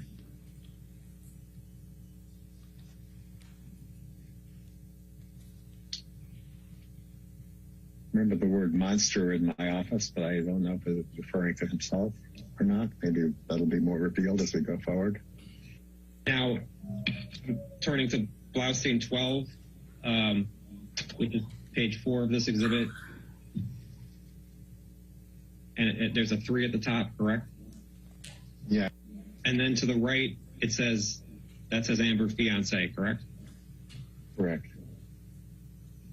And then there's work through anger just below that. And where it's saying work through anger, is that referring to his anger towards Amber? I think what he was saying then is that part of his goal of therapy was to work through anger that he and his fiance had towards each other. Then going back to the left, better with girl about it. Self-destructive, hard to not put in front of me. You know what self-destructive, hard not to put in front of me means? It's referring to? think self-destructive was his drug use. That's what I think referring to at this time. I'm now looking at Blaustein 13, which has a page 4. Are you there? Yes, I am. Okay. And at the top it says Johnny/Debbie, correct? Correct. All right. And then the date, it says 10/what? That's 10/7. And so it says JD 10/21/14, correct? Correct. A lot of things, work, intense work, fatigue. Need a minute. Here I can say with certainty, his words, shit with my girl. And what's that referring to? Difficulty he was having with Amber. Do you recall what he was talking about, what difficulty he was having with, Mr. Depp was having with Amber? No. The next line looks like it says she refuses to accept. Correct. Do you know what Amber refuses to accept? What Mr. Depp was referring to? Nope. And to the right, it says Amber what? Amber wedding. Were you talking at this point about potentially Mr. Depp and Amber marrying? Yes, he was talking about that, yes. Okay. And then what does it say under she refuses to accept?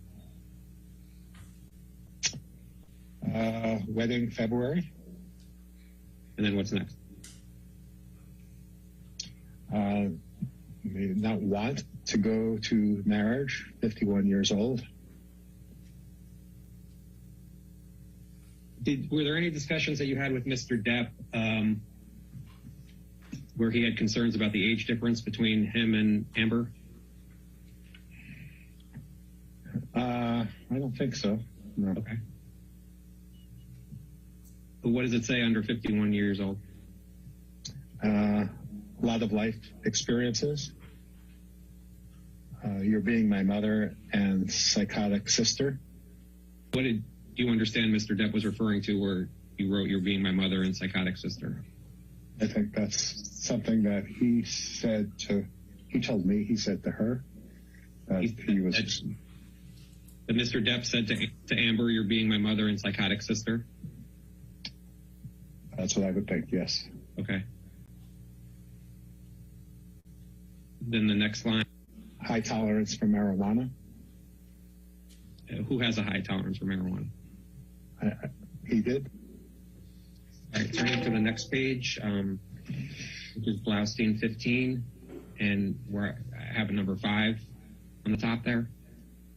What is it? Something? Self-destructive very early. And was Mr. Depp talking about himself being self-destructive very early? Yes. Okay. How is Mr. Depp describing that he was self-destructive? I think, I don't recall, but let's continue and maybe something's there. So he was trying to be sober from booze and pills, correct? Correct. Okay. And then was it you who said reward? Yeah, I asked him about where can he get rewards elsewhere. Where did he get reward? I maybe asked him where did he get rewards elsewhere, and there he said in the past, MDMA, ecstasy, cocaine. So what did you understand where you wrote MDMA, ecstasy, cocaine? I'm not quite sure, but those are things that he had used in the past. There's always another possibility that I had asked him specifically about that, but I don't think so. I think it's more likely that those were things he had used in the past. Do you know what pills Mr. Depp was referring to be sober from? I know oxycodone was the main thrust of that time. And then it says, back to the left, it says left off.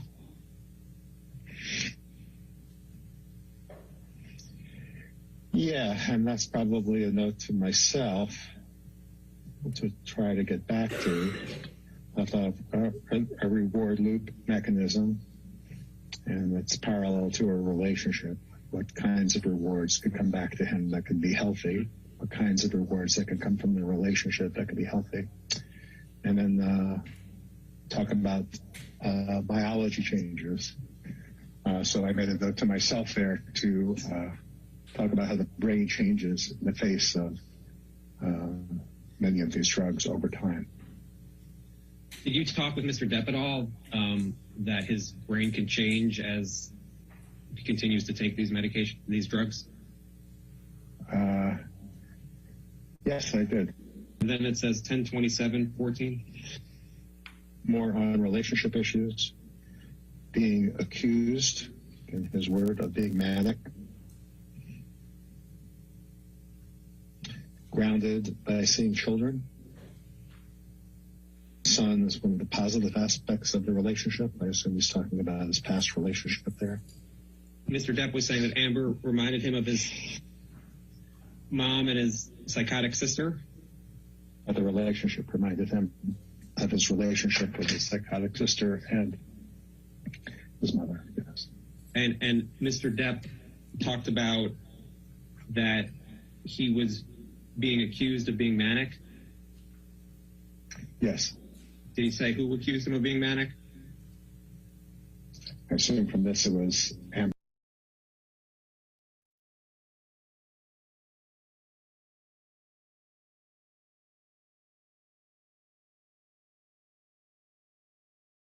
(9/14) at the top. Mm-hmm. Mood euthymic. What does that mean? Attention. Normal mood. Attention decreased. You mean by memory attention? Difficulty with attention, paying attention. Memory, transitional difficulties. And what do you mean by having transitional difficulties with his memory? It would have been part of a committee mental status test that I would have done in the first session, where he would have trouble holding on to memory of things from 5 minutes ago. If I asked him to remember 3 words, he would have had difficulty remembering those 3 words 5 minutes later after distracting him with other conversation. Right. And then what does it say after that?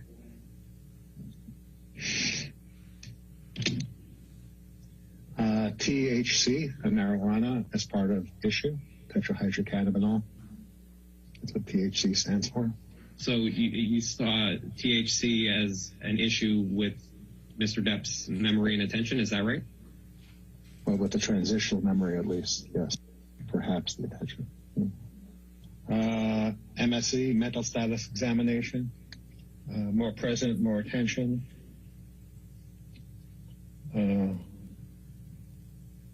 Off on dates. When I would ask him about what today might be, what today's date was, perhaps, is what that's referring to. So Mr. Depp was off on what date that was. Date. Turning to the next page, Blaustein 17.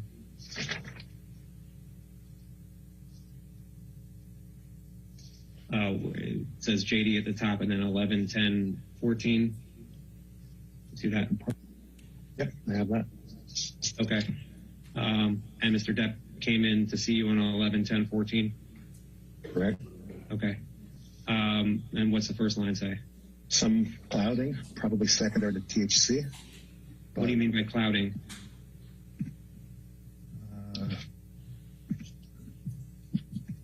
Would have been something in confusion or something about his mental state, or less sharp, less alert, perhaps.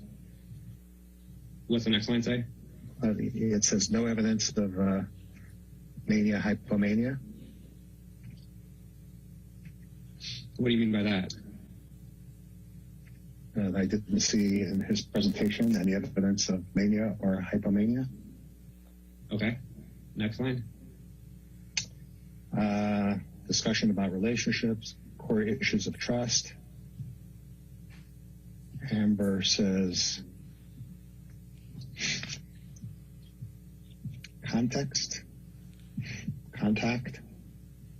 Don't know. Okay. Fruitless meeting with her therapist. Did you ever observe Mr. Depp with mania or hypomania in any of your other sessions? Not that I recall.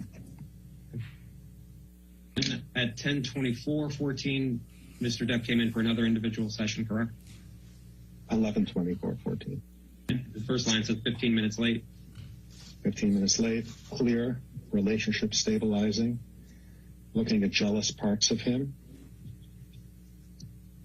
What do you mean by that, looking at jealous parts of him? Things that make him jealous and what his role might be in jealousy.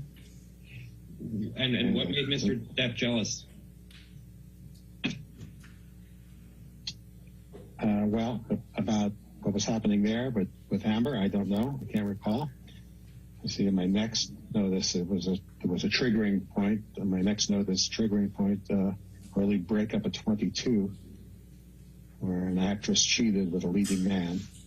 So was Mr. Depp jealous of Amber being with other men?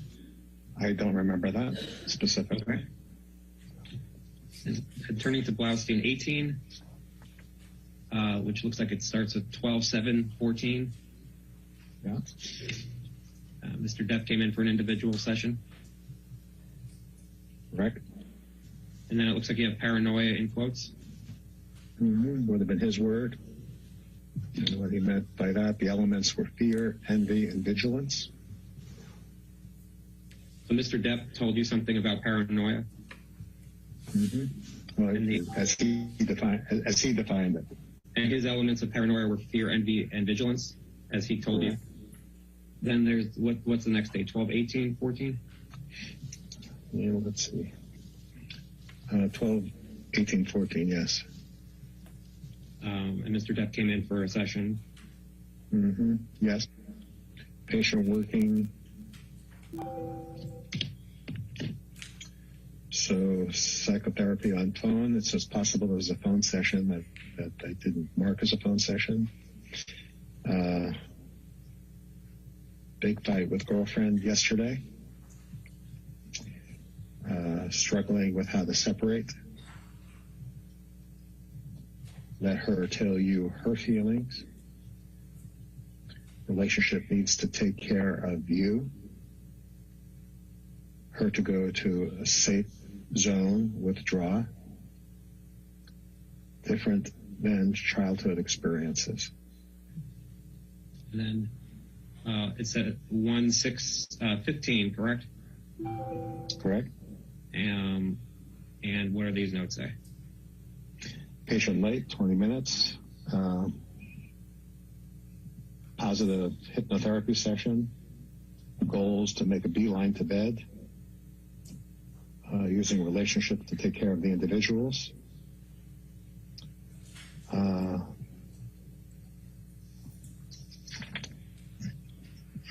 Let's see. Not logical approach to Amber's work. Take care of emotions. Sobriety continuing. And then Blaustein 20.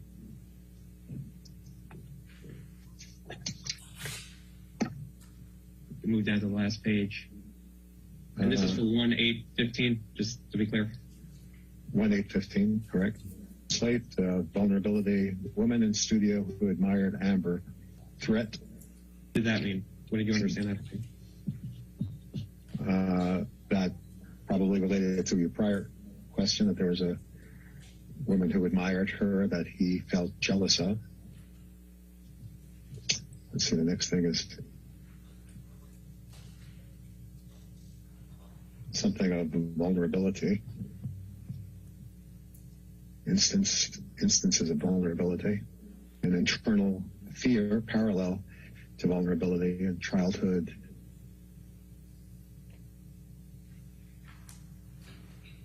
Inability. Free or fight, only way. What does that mean, free or fight, only way? Free or fight, or free and fight is the only way. And my understanding of that is either to be free of the relationship or fight for it. And positive relatedness with Amber through dash vulnerability. Did and 1/8/15 was the last time you saw or spoke to Mr. Depp as a patient, correct? I believe that's true. Did Mr. Depp describe to you at all how his jealousy would present itself, whether he was jealous of a man or a woman in relation to Amber?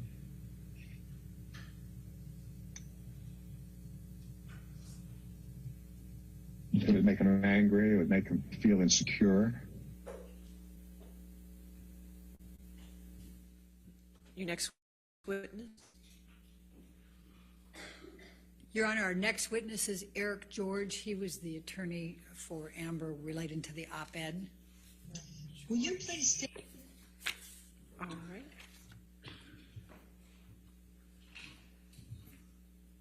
your name for the record? Sure. Eric George, E-R-I-C.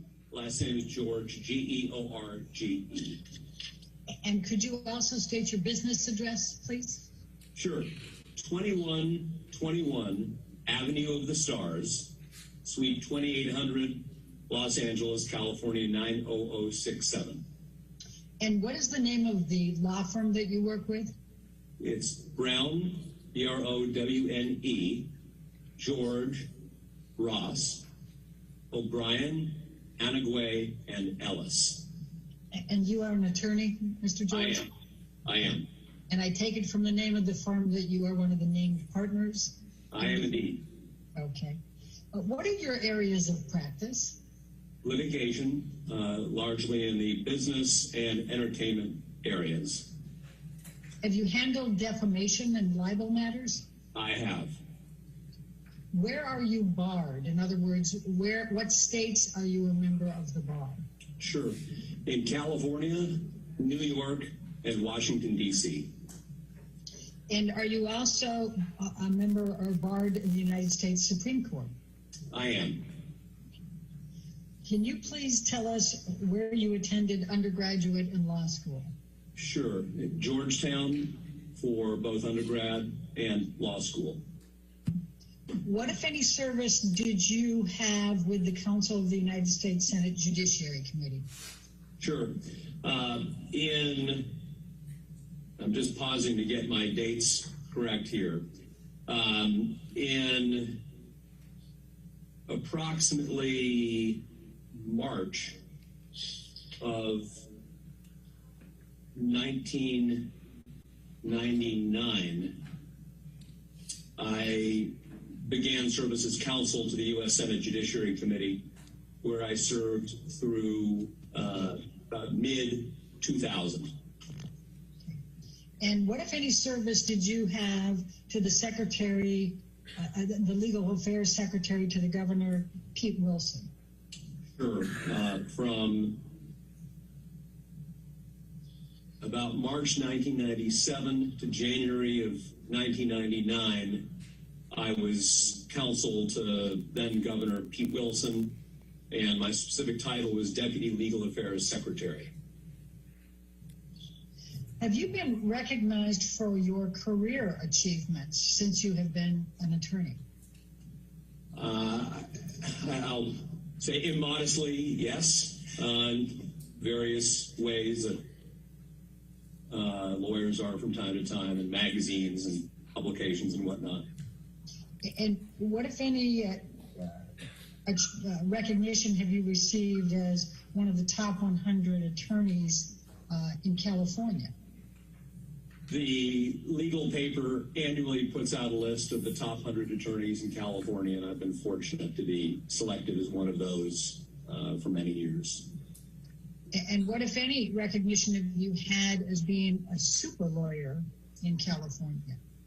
Same answer, except that's, I believe it's called Los Angeles Lawyer magazine. I could have that wrong, but again, annually they put out a list of their super lawyers. All right. And are you also a member of the American College of Trial Lawyers? I am. what is one of the qualifications for becoming a member, being invited to be a fellow of the American College of Trial Lawyers? Sure. So the college reaches out to individual lawyers who have distinguished themselves and generally occupy the top 1% of law practice. And it's an organization dedicated to the development of professionalism within the practice of law.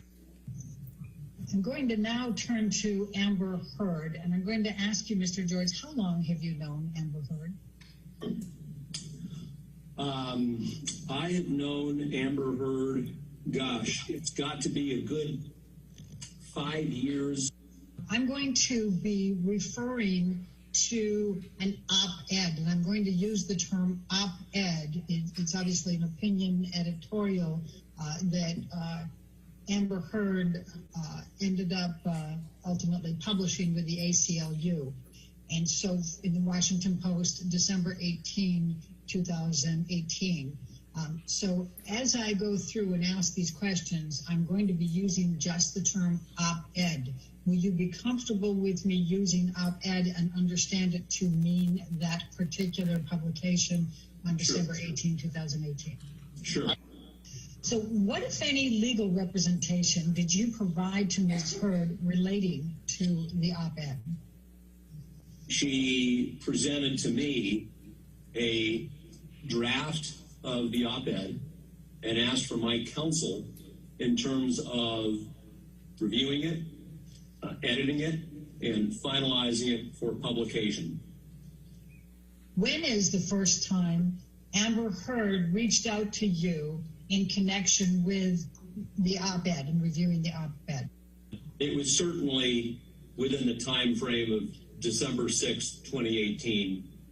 In connection with the op-ed, what, if anything, was your objective in representing Amber Heard with respect to the review and revision of the op-ed? I reviewed it and spent some significant time on it to make sure that there would be no meritorious claim that could be brought against her in connection with a defamation or related type of tort claim. And ideally, with that in mind, to minimize the possibility of her ever being sued in connection with publishing it. So, Mr. George, I'm going to ask you to take a look at exhibit number 9. Yes. Are you familiar with this document? I am. Please describe what it is. As its title, it's a judgment of dissolution of the marriage between Amber Heard and Mr. Depp. Were you familiar with this document and its contents when you represented Amber Heard relating to the review of the op-ed? Yes. And what was your objective in representing and advising Amber Heard on the op-ed in connection with this stipulated judgment of dissolution of marriage? So my objective was to make sure that there would be no meritorious claim that could be brought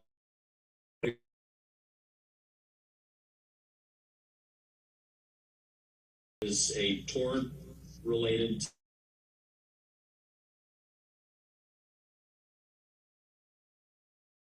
contract-based breach claim arising in connection with the judgment. And what, if any indications did you have from Amber Heard during that time frame that Amber did not intend to follow your advice or did not care if she was in a compromising position or might be at legal risk? So let me answer that this way. Really 2 points. Number one, there was never anything that she said to me to the effect that she was willing to run some risk of being sued or that she wouldn't listen to my counsel or anything of that sort. Number two, that she affirmatively did follow in all instances my counsel with respect to these particular edits. What, if any, legal advice provided by you to Amber Heard respecting the Washington Post op-ed was disregarded by Amber Heard? None, to my knowledge. What, if any, legal advice provided by you to Amber Heard respecting the Washington Post op-ed was followed by Amber Heard? All of it. What, if any, legal advice did you provide to Amber Heard in connection with the drafting and publication of the op-ed that was not made in good faith by you? I acted in good faith throughout and with the best of my abilities. All right, your next witness. Yes, Your Honor, we have Jessica Kovacevic. She's Amber's agent, and that's approximately 27 minutes. Go ahead and spell the last name for me. It's a tough one. Kovacevic. All right, thank you.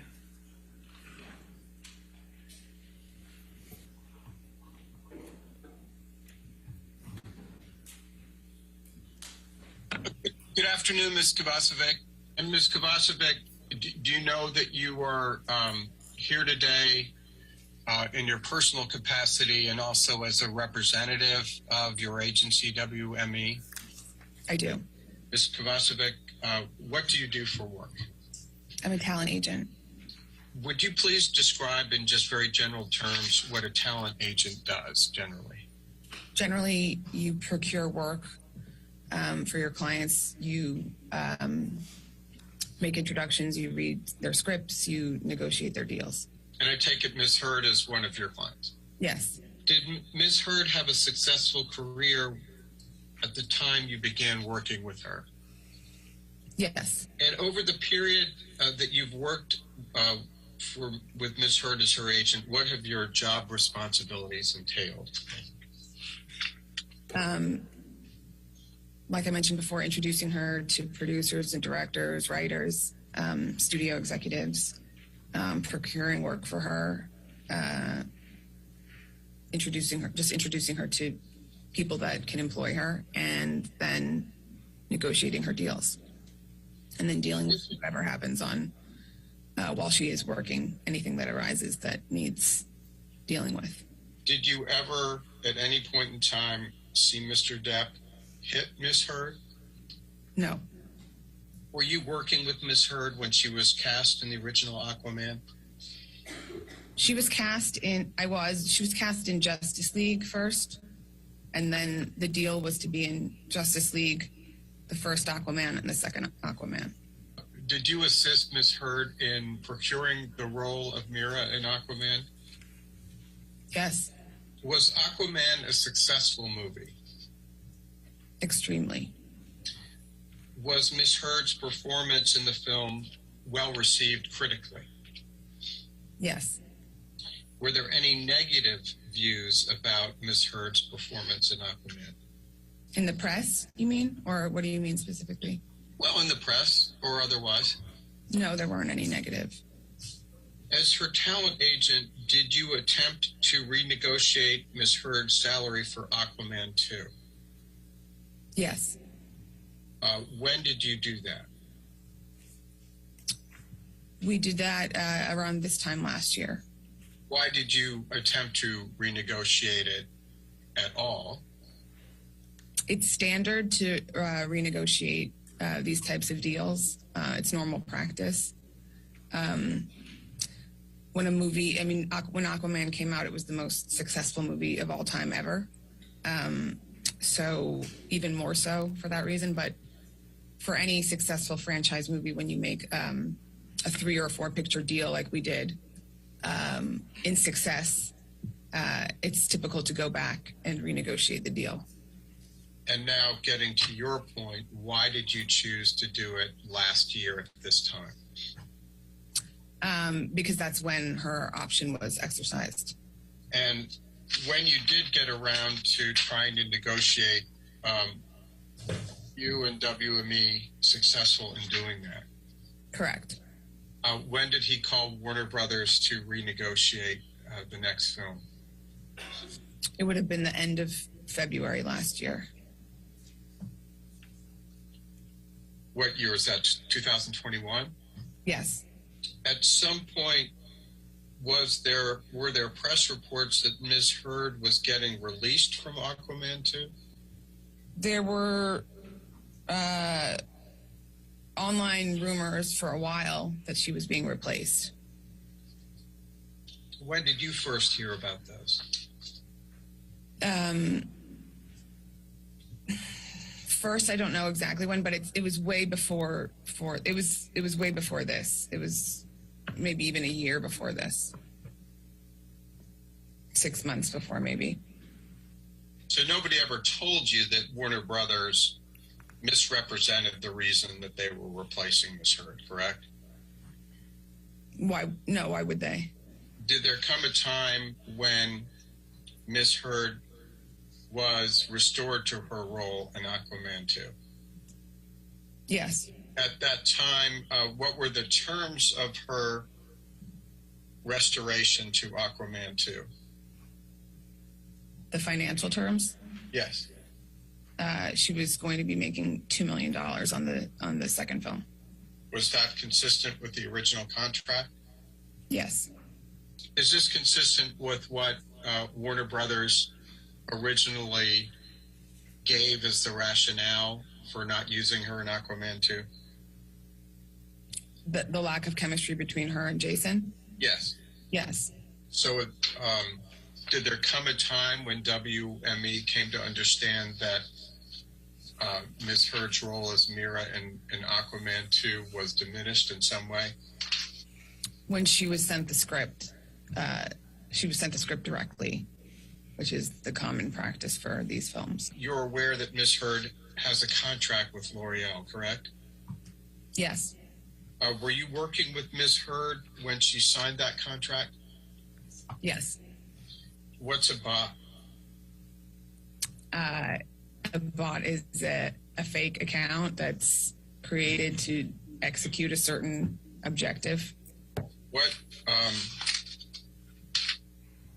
What is your educational background since high school? College.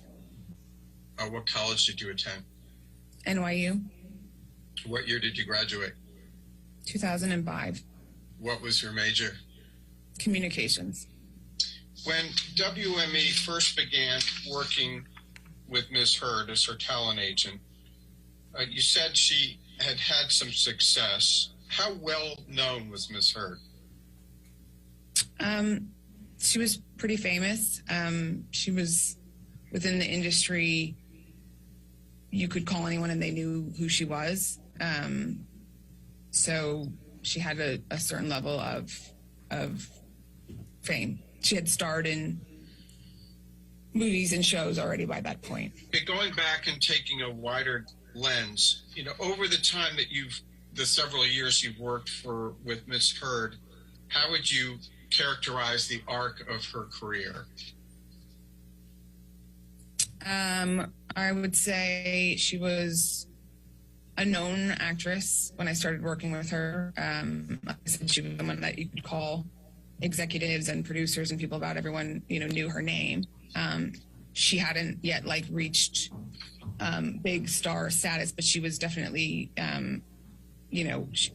she could get the lead of an independent movie. She could get the lead of a TV series. When I worked with her, we slowly started to strategically, have her work on some more prestigious projects and work with, better directors. And then when she got Justice League, that was a, turning point for her. And then Aquaman, subsequently, was obviously the biggest thing she had ever been a part of.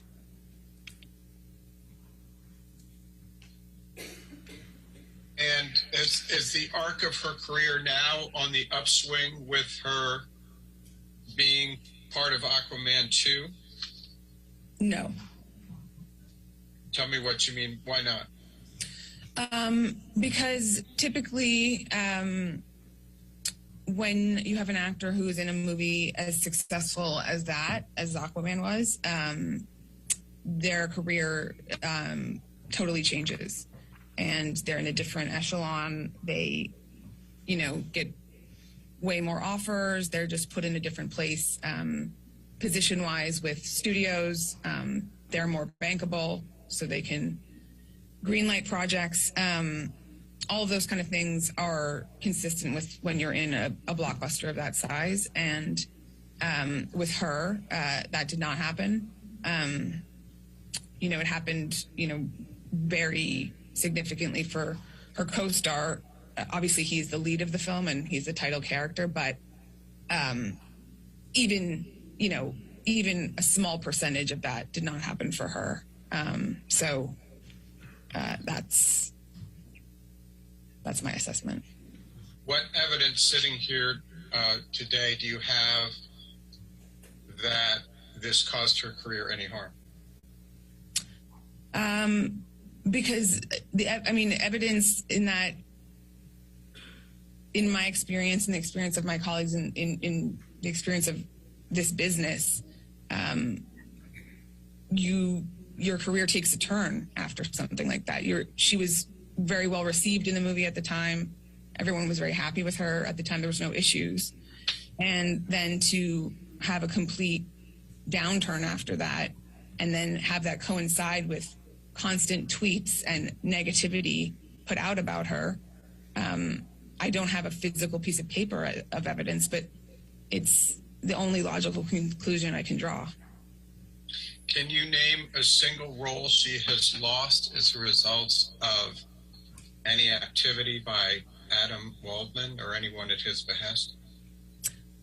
There was a movie at Amazon that she had been offered with Gael Garcia Bernal. I don't know what the final title of it is called now. I can look it up. It had a working title at the time. That they took away from her. And, the lead actor who was a producer on it very much wanted it to be her and was very frustrated with the process. And no one can say out loud, we're taking this away from her because, of this bad press, because it's nothing she did, and it's all hearsay, and it's all, whatever. But there's no other reason. Now, Ms. Kovacevic, you've testified a bit about Adam Waldman, correct? Correct. And can you point us to any career opportunities that Ms. Heard has lost because of any statements made by Mr. Waldman?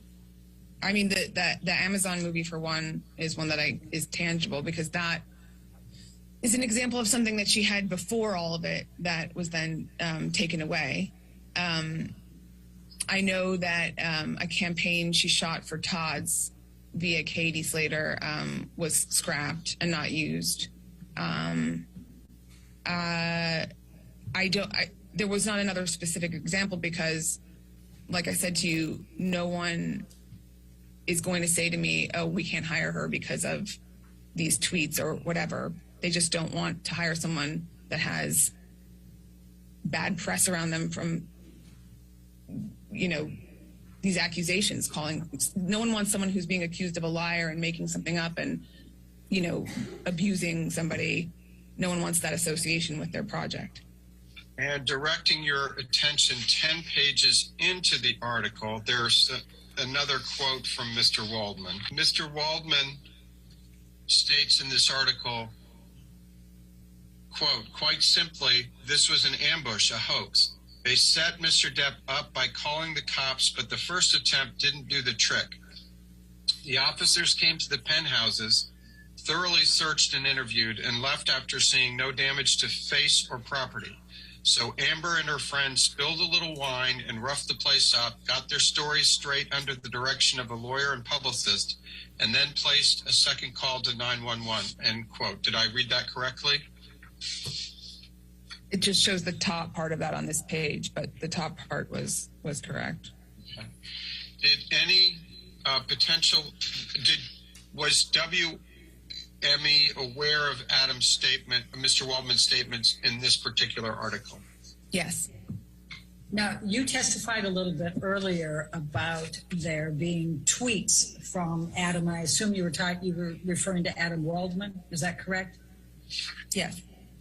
And what, if any, impact did it have on Amber Heard's career and career path to have Mr. Depp's lawyer putting out statements in the press and in tweets that Amber Heard was lying, making things up, creating a hoax of abuse? I think that his comments spurred on, it just added fuel to the fire. So there was already so much media coverage. And that's what you observed? That's what I observed.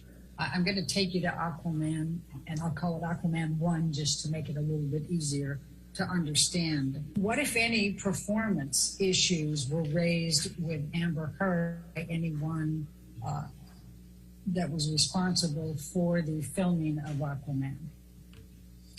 No performance issues raised whatsoever. And what was your understanding of how Amber tested with the audiences in Aquaman? My understanding was that she tested extremely well. And this is an Aquaman has reflected all the markers of a very successful movie at this point? Yes. You testified earlier that it's quite typical when you have a series of 3 to 4 films in a franchise or a series to be able to renegotiate as you go into the sequels. Do you recall that testimony? Yes. Okay. And why is that? Because you make the initial deals, before the movie has done, well. And then when the movie overperforms like that, it's a custom. In light of the success of Aquaman, would you expect that Amber Heard would be receiving endorsements as of this time? Yes. And what is the typical process that happens after someone has starred in a very successful movie, such as Aquaman and Amber with Mira? The endorsement department would, a combination of offers and then seeking out opportunities. Now, given Amber's career trajectory leading up to and immediately after the success of Aquaman 1, did you expect her career to go on an upward, downward trajectory, or stay the same? I expected an upward trajectory. And why is that? Because in success of a film like that, it's usually always the case. And immediately after the successes of Aquaman, would you have expected Amber's annual earnings to increase, decrease, or stay the same compared to the previous 5 years? I would have expected them to increase. And why is that? Because her profile had been raised internationally. She was in a movie that was successful worldwide. And when you are in a movie that performs that well worldwide, your bankability is stronger. You can finance an independent film more easily. You can greenlight a film more easily. You can just do more and for more money. Do you recall what the budget was for Aquaman? The first one? I don't know. It would have been probably somewhere between 150 and 200 million. Immediately after the success of Aquaman, would you have expected Ms. Heard to continue to earn at least the fee she made on Aquaman on future big budget studio firms, or less or more? That becomes an actor's quote, their fee. Yes, typically, like, you will then earn your, not on a tiny independent film, you couldn't make that much money on that, but another studio film, another film at a streamer or whatever, something like that, you would make that much or potentially get a raise. Other than Aquaman 2, has Amber obtained any roles with a budget the size of Aquaman's? No. Has she been hired for any films with budgets over $100 million? No. Immediately after the success of Aquaman, would you expect the success of Aquaman and her starring role in that film to increase her ability to get more movie studios to be interested in her, decrease, or stay the same? Increase. And did it? No. Would you expect her to get more TV roles? Objection. And why? Why? Because I mentioned earlier in the conversation, TV and films are so blended now, and there's much less of a delineation between picking projects between film and TV. And did Amber receive more TV roles as a result of Aquaman, the success of Aquaman? No. Immediately after the success of Aquaman, would you have expected Amber to star in more than one project per year, less, or the same? It depends. If it was a big, Aquaman takes up 6 months of the year. Big movies take up a longer time. Indies, you can do a couple of them a year. It just depends. So I wouldn't put a number on it, but definitely more than 0. And has Amber starred in more than one project per year since then? No. Immediately after the success of Aquaman, did you expect Amber to earn between $5 and $10 million a year for the next 5 years? I would have expected to renegotiate on Aquaman 2, most certainly. And so right there, that would have been significantly more. And she would have, yes, I would have expected her to earn more in a combination of TV, film, and more endorsements. Was it your understanding that WME passed on to L'Oreal suggestions to assist them in being able to block some of the harassing Instagrams they were getting at that time? Yes. All right. Let's bring up 30 again, please. Now, did in fact L'Oreal suspend having Amber Heard on the International Women's Day campaign? Yes. And what the conditions were for the renewal? It was just essentially that they were renewing her.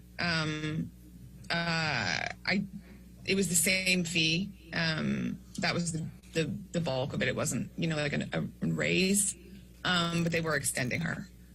Okay. And typically coming out of the success of Aquaman, would you have anticipated that Amber could have negotiated larger fees for commercial projects? Yes, we would. Okay. And why would that be? Because her profile had been raised. She was, she had done something super successful. So typically that's what you would do. That would just be the standard practice. When did you first learn about the change.org petition that was out there to try to get Amber Heard dropped from Aquaman 2? I don't know when I first saw it. Were you aware of it as of May 27, 2020? Yes. You earlier talked about bots in response to one of Mr. Chu's questions. What, if anything, was your understanding of these bots at this time, during this time frame? My understanding is just based off my own, mainly based off my own research, just clicking on the accounts myself, and then discussing it amongst the team. And what did you learn when you did that? Just as I would go through, daily, just looking at comments or, just the negative comments, clicking on them. Many of them were just kind of accounts made for this kind of commentary, or just accounts that just had, no followers, no posts, nothing, or following just Amber and Johnny, things like that. And I'm sorry. And so what did you learn from clicking onto those that led you to believe they were bots? They weren't consistent with what I know to be actual Instagram accounts. When you look to set a career trajectory for an actor who just broke out in a major franchise film, would you look to other comparable actors' careers to ascertain what type of acting jobs they could get? I mean, I've been doing this job for, quite some time, so I don't necessarily look to one or the other, but in general, when someone is in, what was at the time the most successful film ever released, the natural progression is growth and more films, more work, more money, all of that stuff. And when you say the most successful film ever, you're referring to Aquaman 1, correct? Correct. Okay.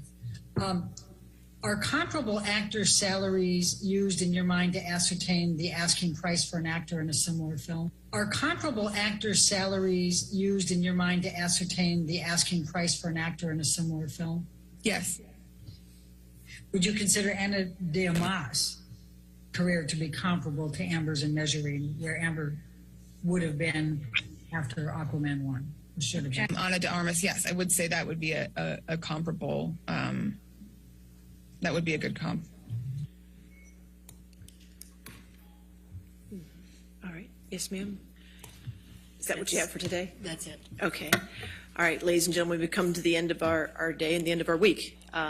So I want to make sure you have a good 3 days and come back for our last week of testimony and enjoy your weekend. I just want to remind you again of what we need to remember as we go through the weekend, okay? So you're not to read anything about this case. You're not to watch anything about this case. You're not to listen to anything about the case. This applies to television, newspapers, magazines, the internet, and any online sites. Further, you're not to read, watch, or listen to anything about this case on any social media networking site or streaming service. In addition, you must not communicate with anyone about the case, whether in person, over the phone, by email, text, or instant messaging, or by any other electronic or non-electronic means. This includes your fellow jurors, friends, family, co-workers, acquaintances, and strangers. I also instruct you that you cannot do any research or make inquiries about this case, whether online or by any other means. For example, you cannot look information up on the internet that is related to this case or related to the persons involved in this case, nor may you consult dictionaries or other reference materials. What you learn about this case is limited to what you learn in the four walls of this courtroom when proceedings are underway, all right? So enjoy your weekend. We'll see you early, 9 o'clock, ready to go Monday morning, okay? Thank you.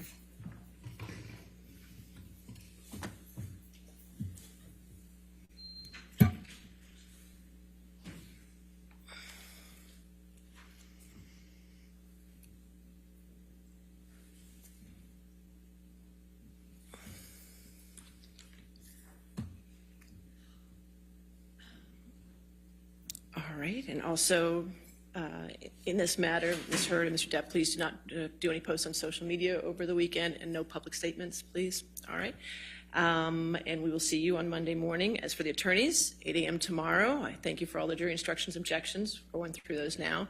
I appreciate that. I am missing some exhibits from depositions that we need to get, so if you get with Jamie so we can get those and get them all taken care of for the week.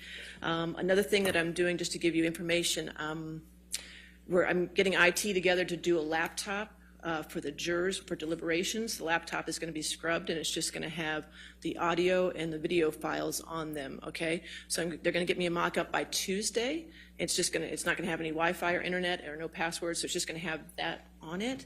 So once I get it and I approve it, I'm going to have both parties take a look at it and make sure everything is on there. That's supposed to be on there, and that's going to go to the jury when the physical evidence goes to the jury, okay? It just seemed like that was a better way to do it for the audio and the video files, okay? As far as times go, I can give you your updated times as of this minute. For plaintiff has used 42 hours and 45 minutes. Defendant has used 53 hours and 1 minute. So the time remaining for the plaintiffs is 18 hours and 30 minutes. And the time for the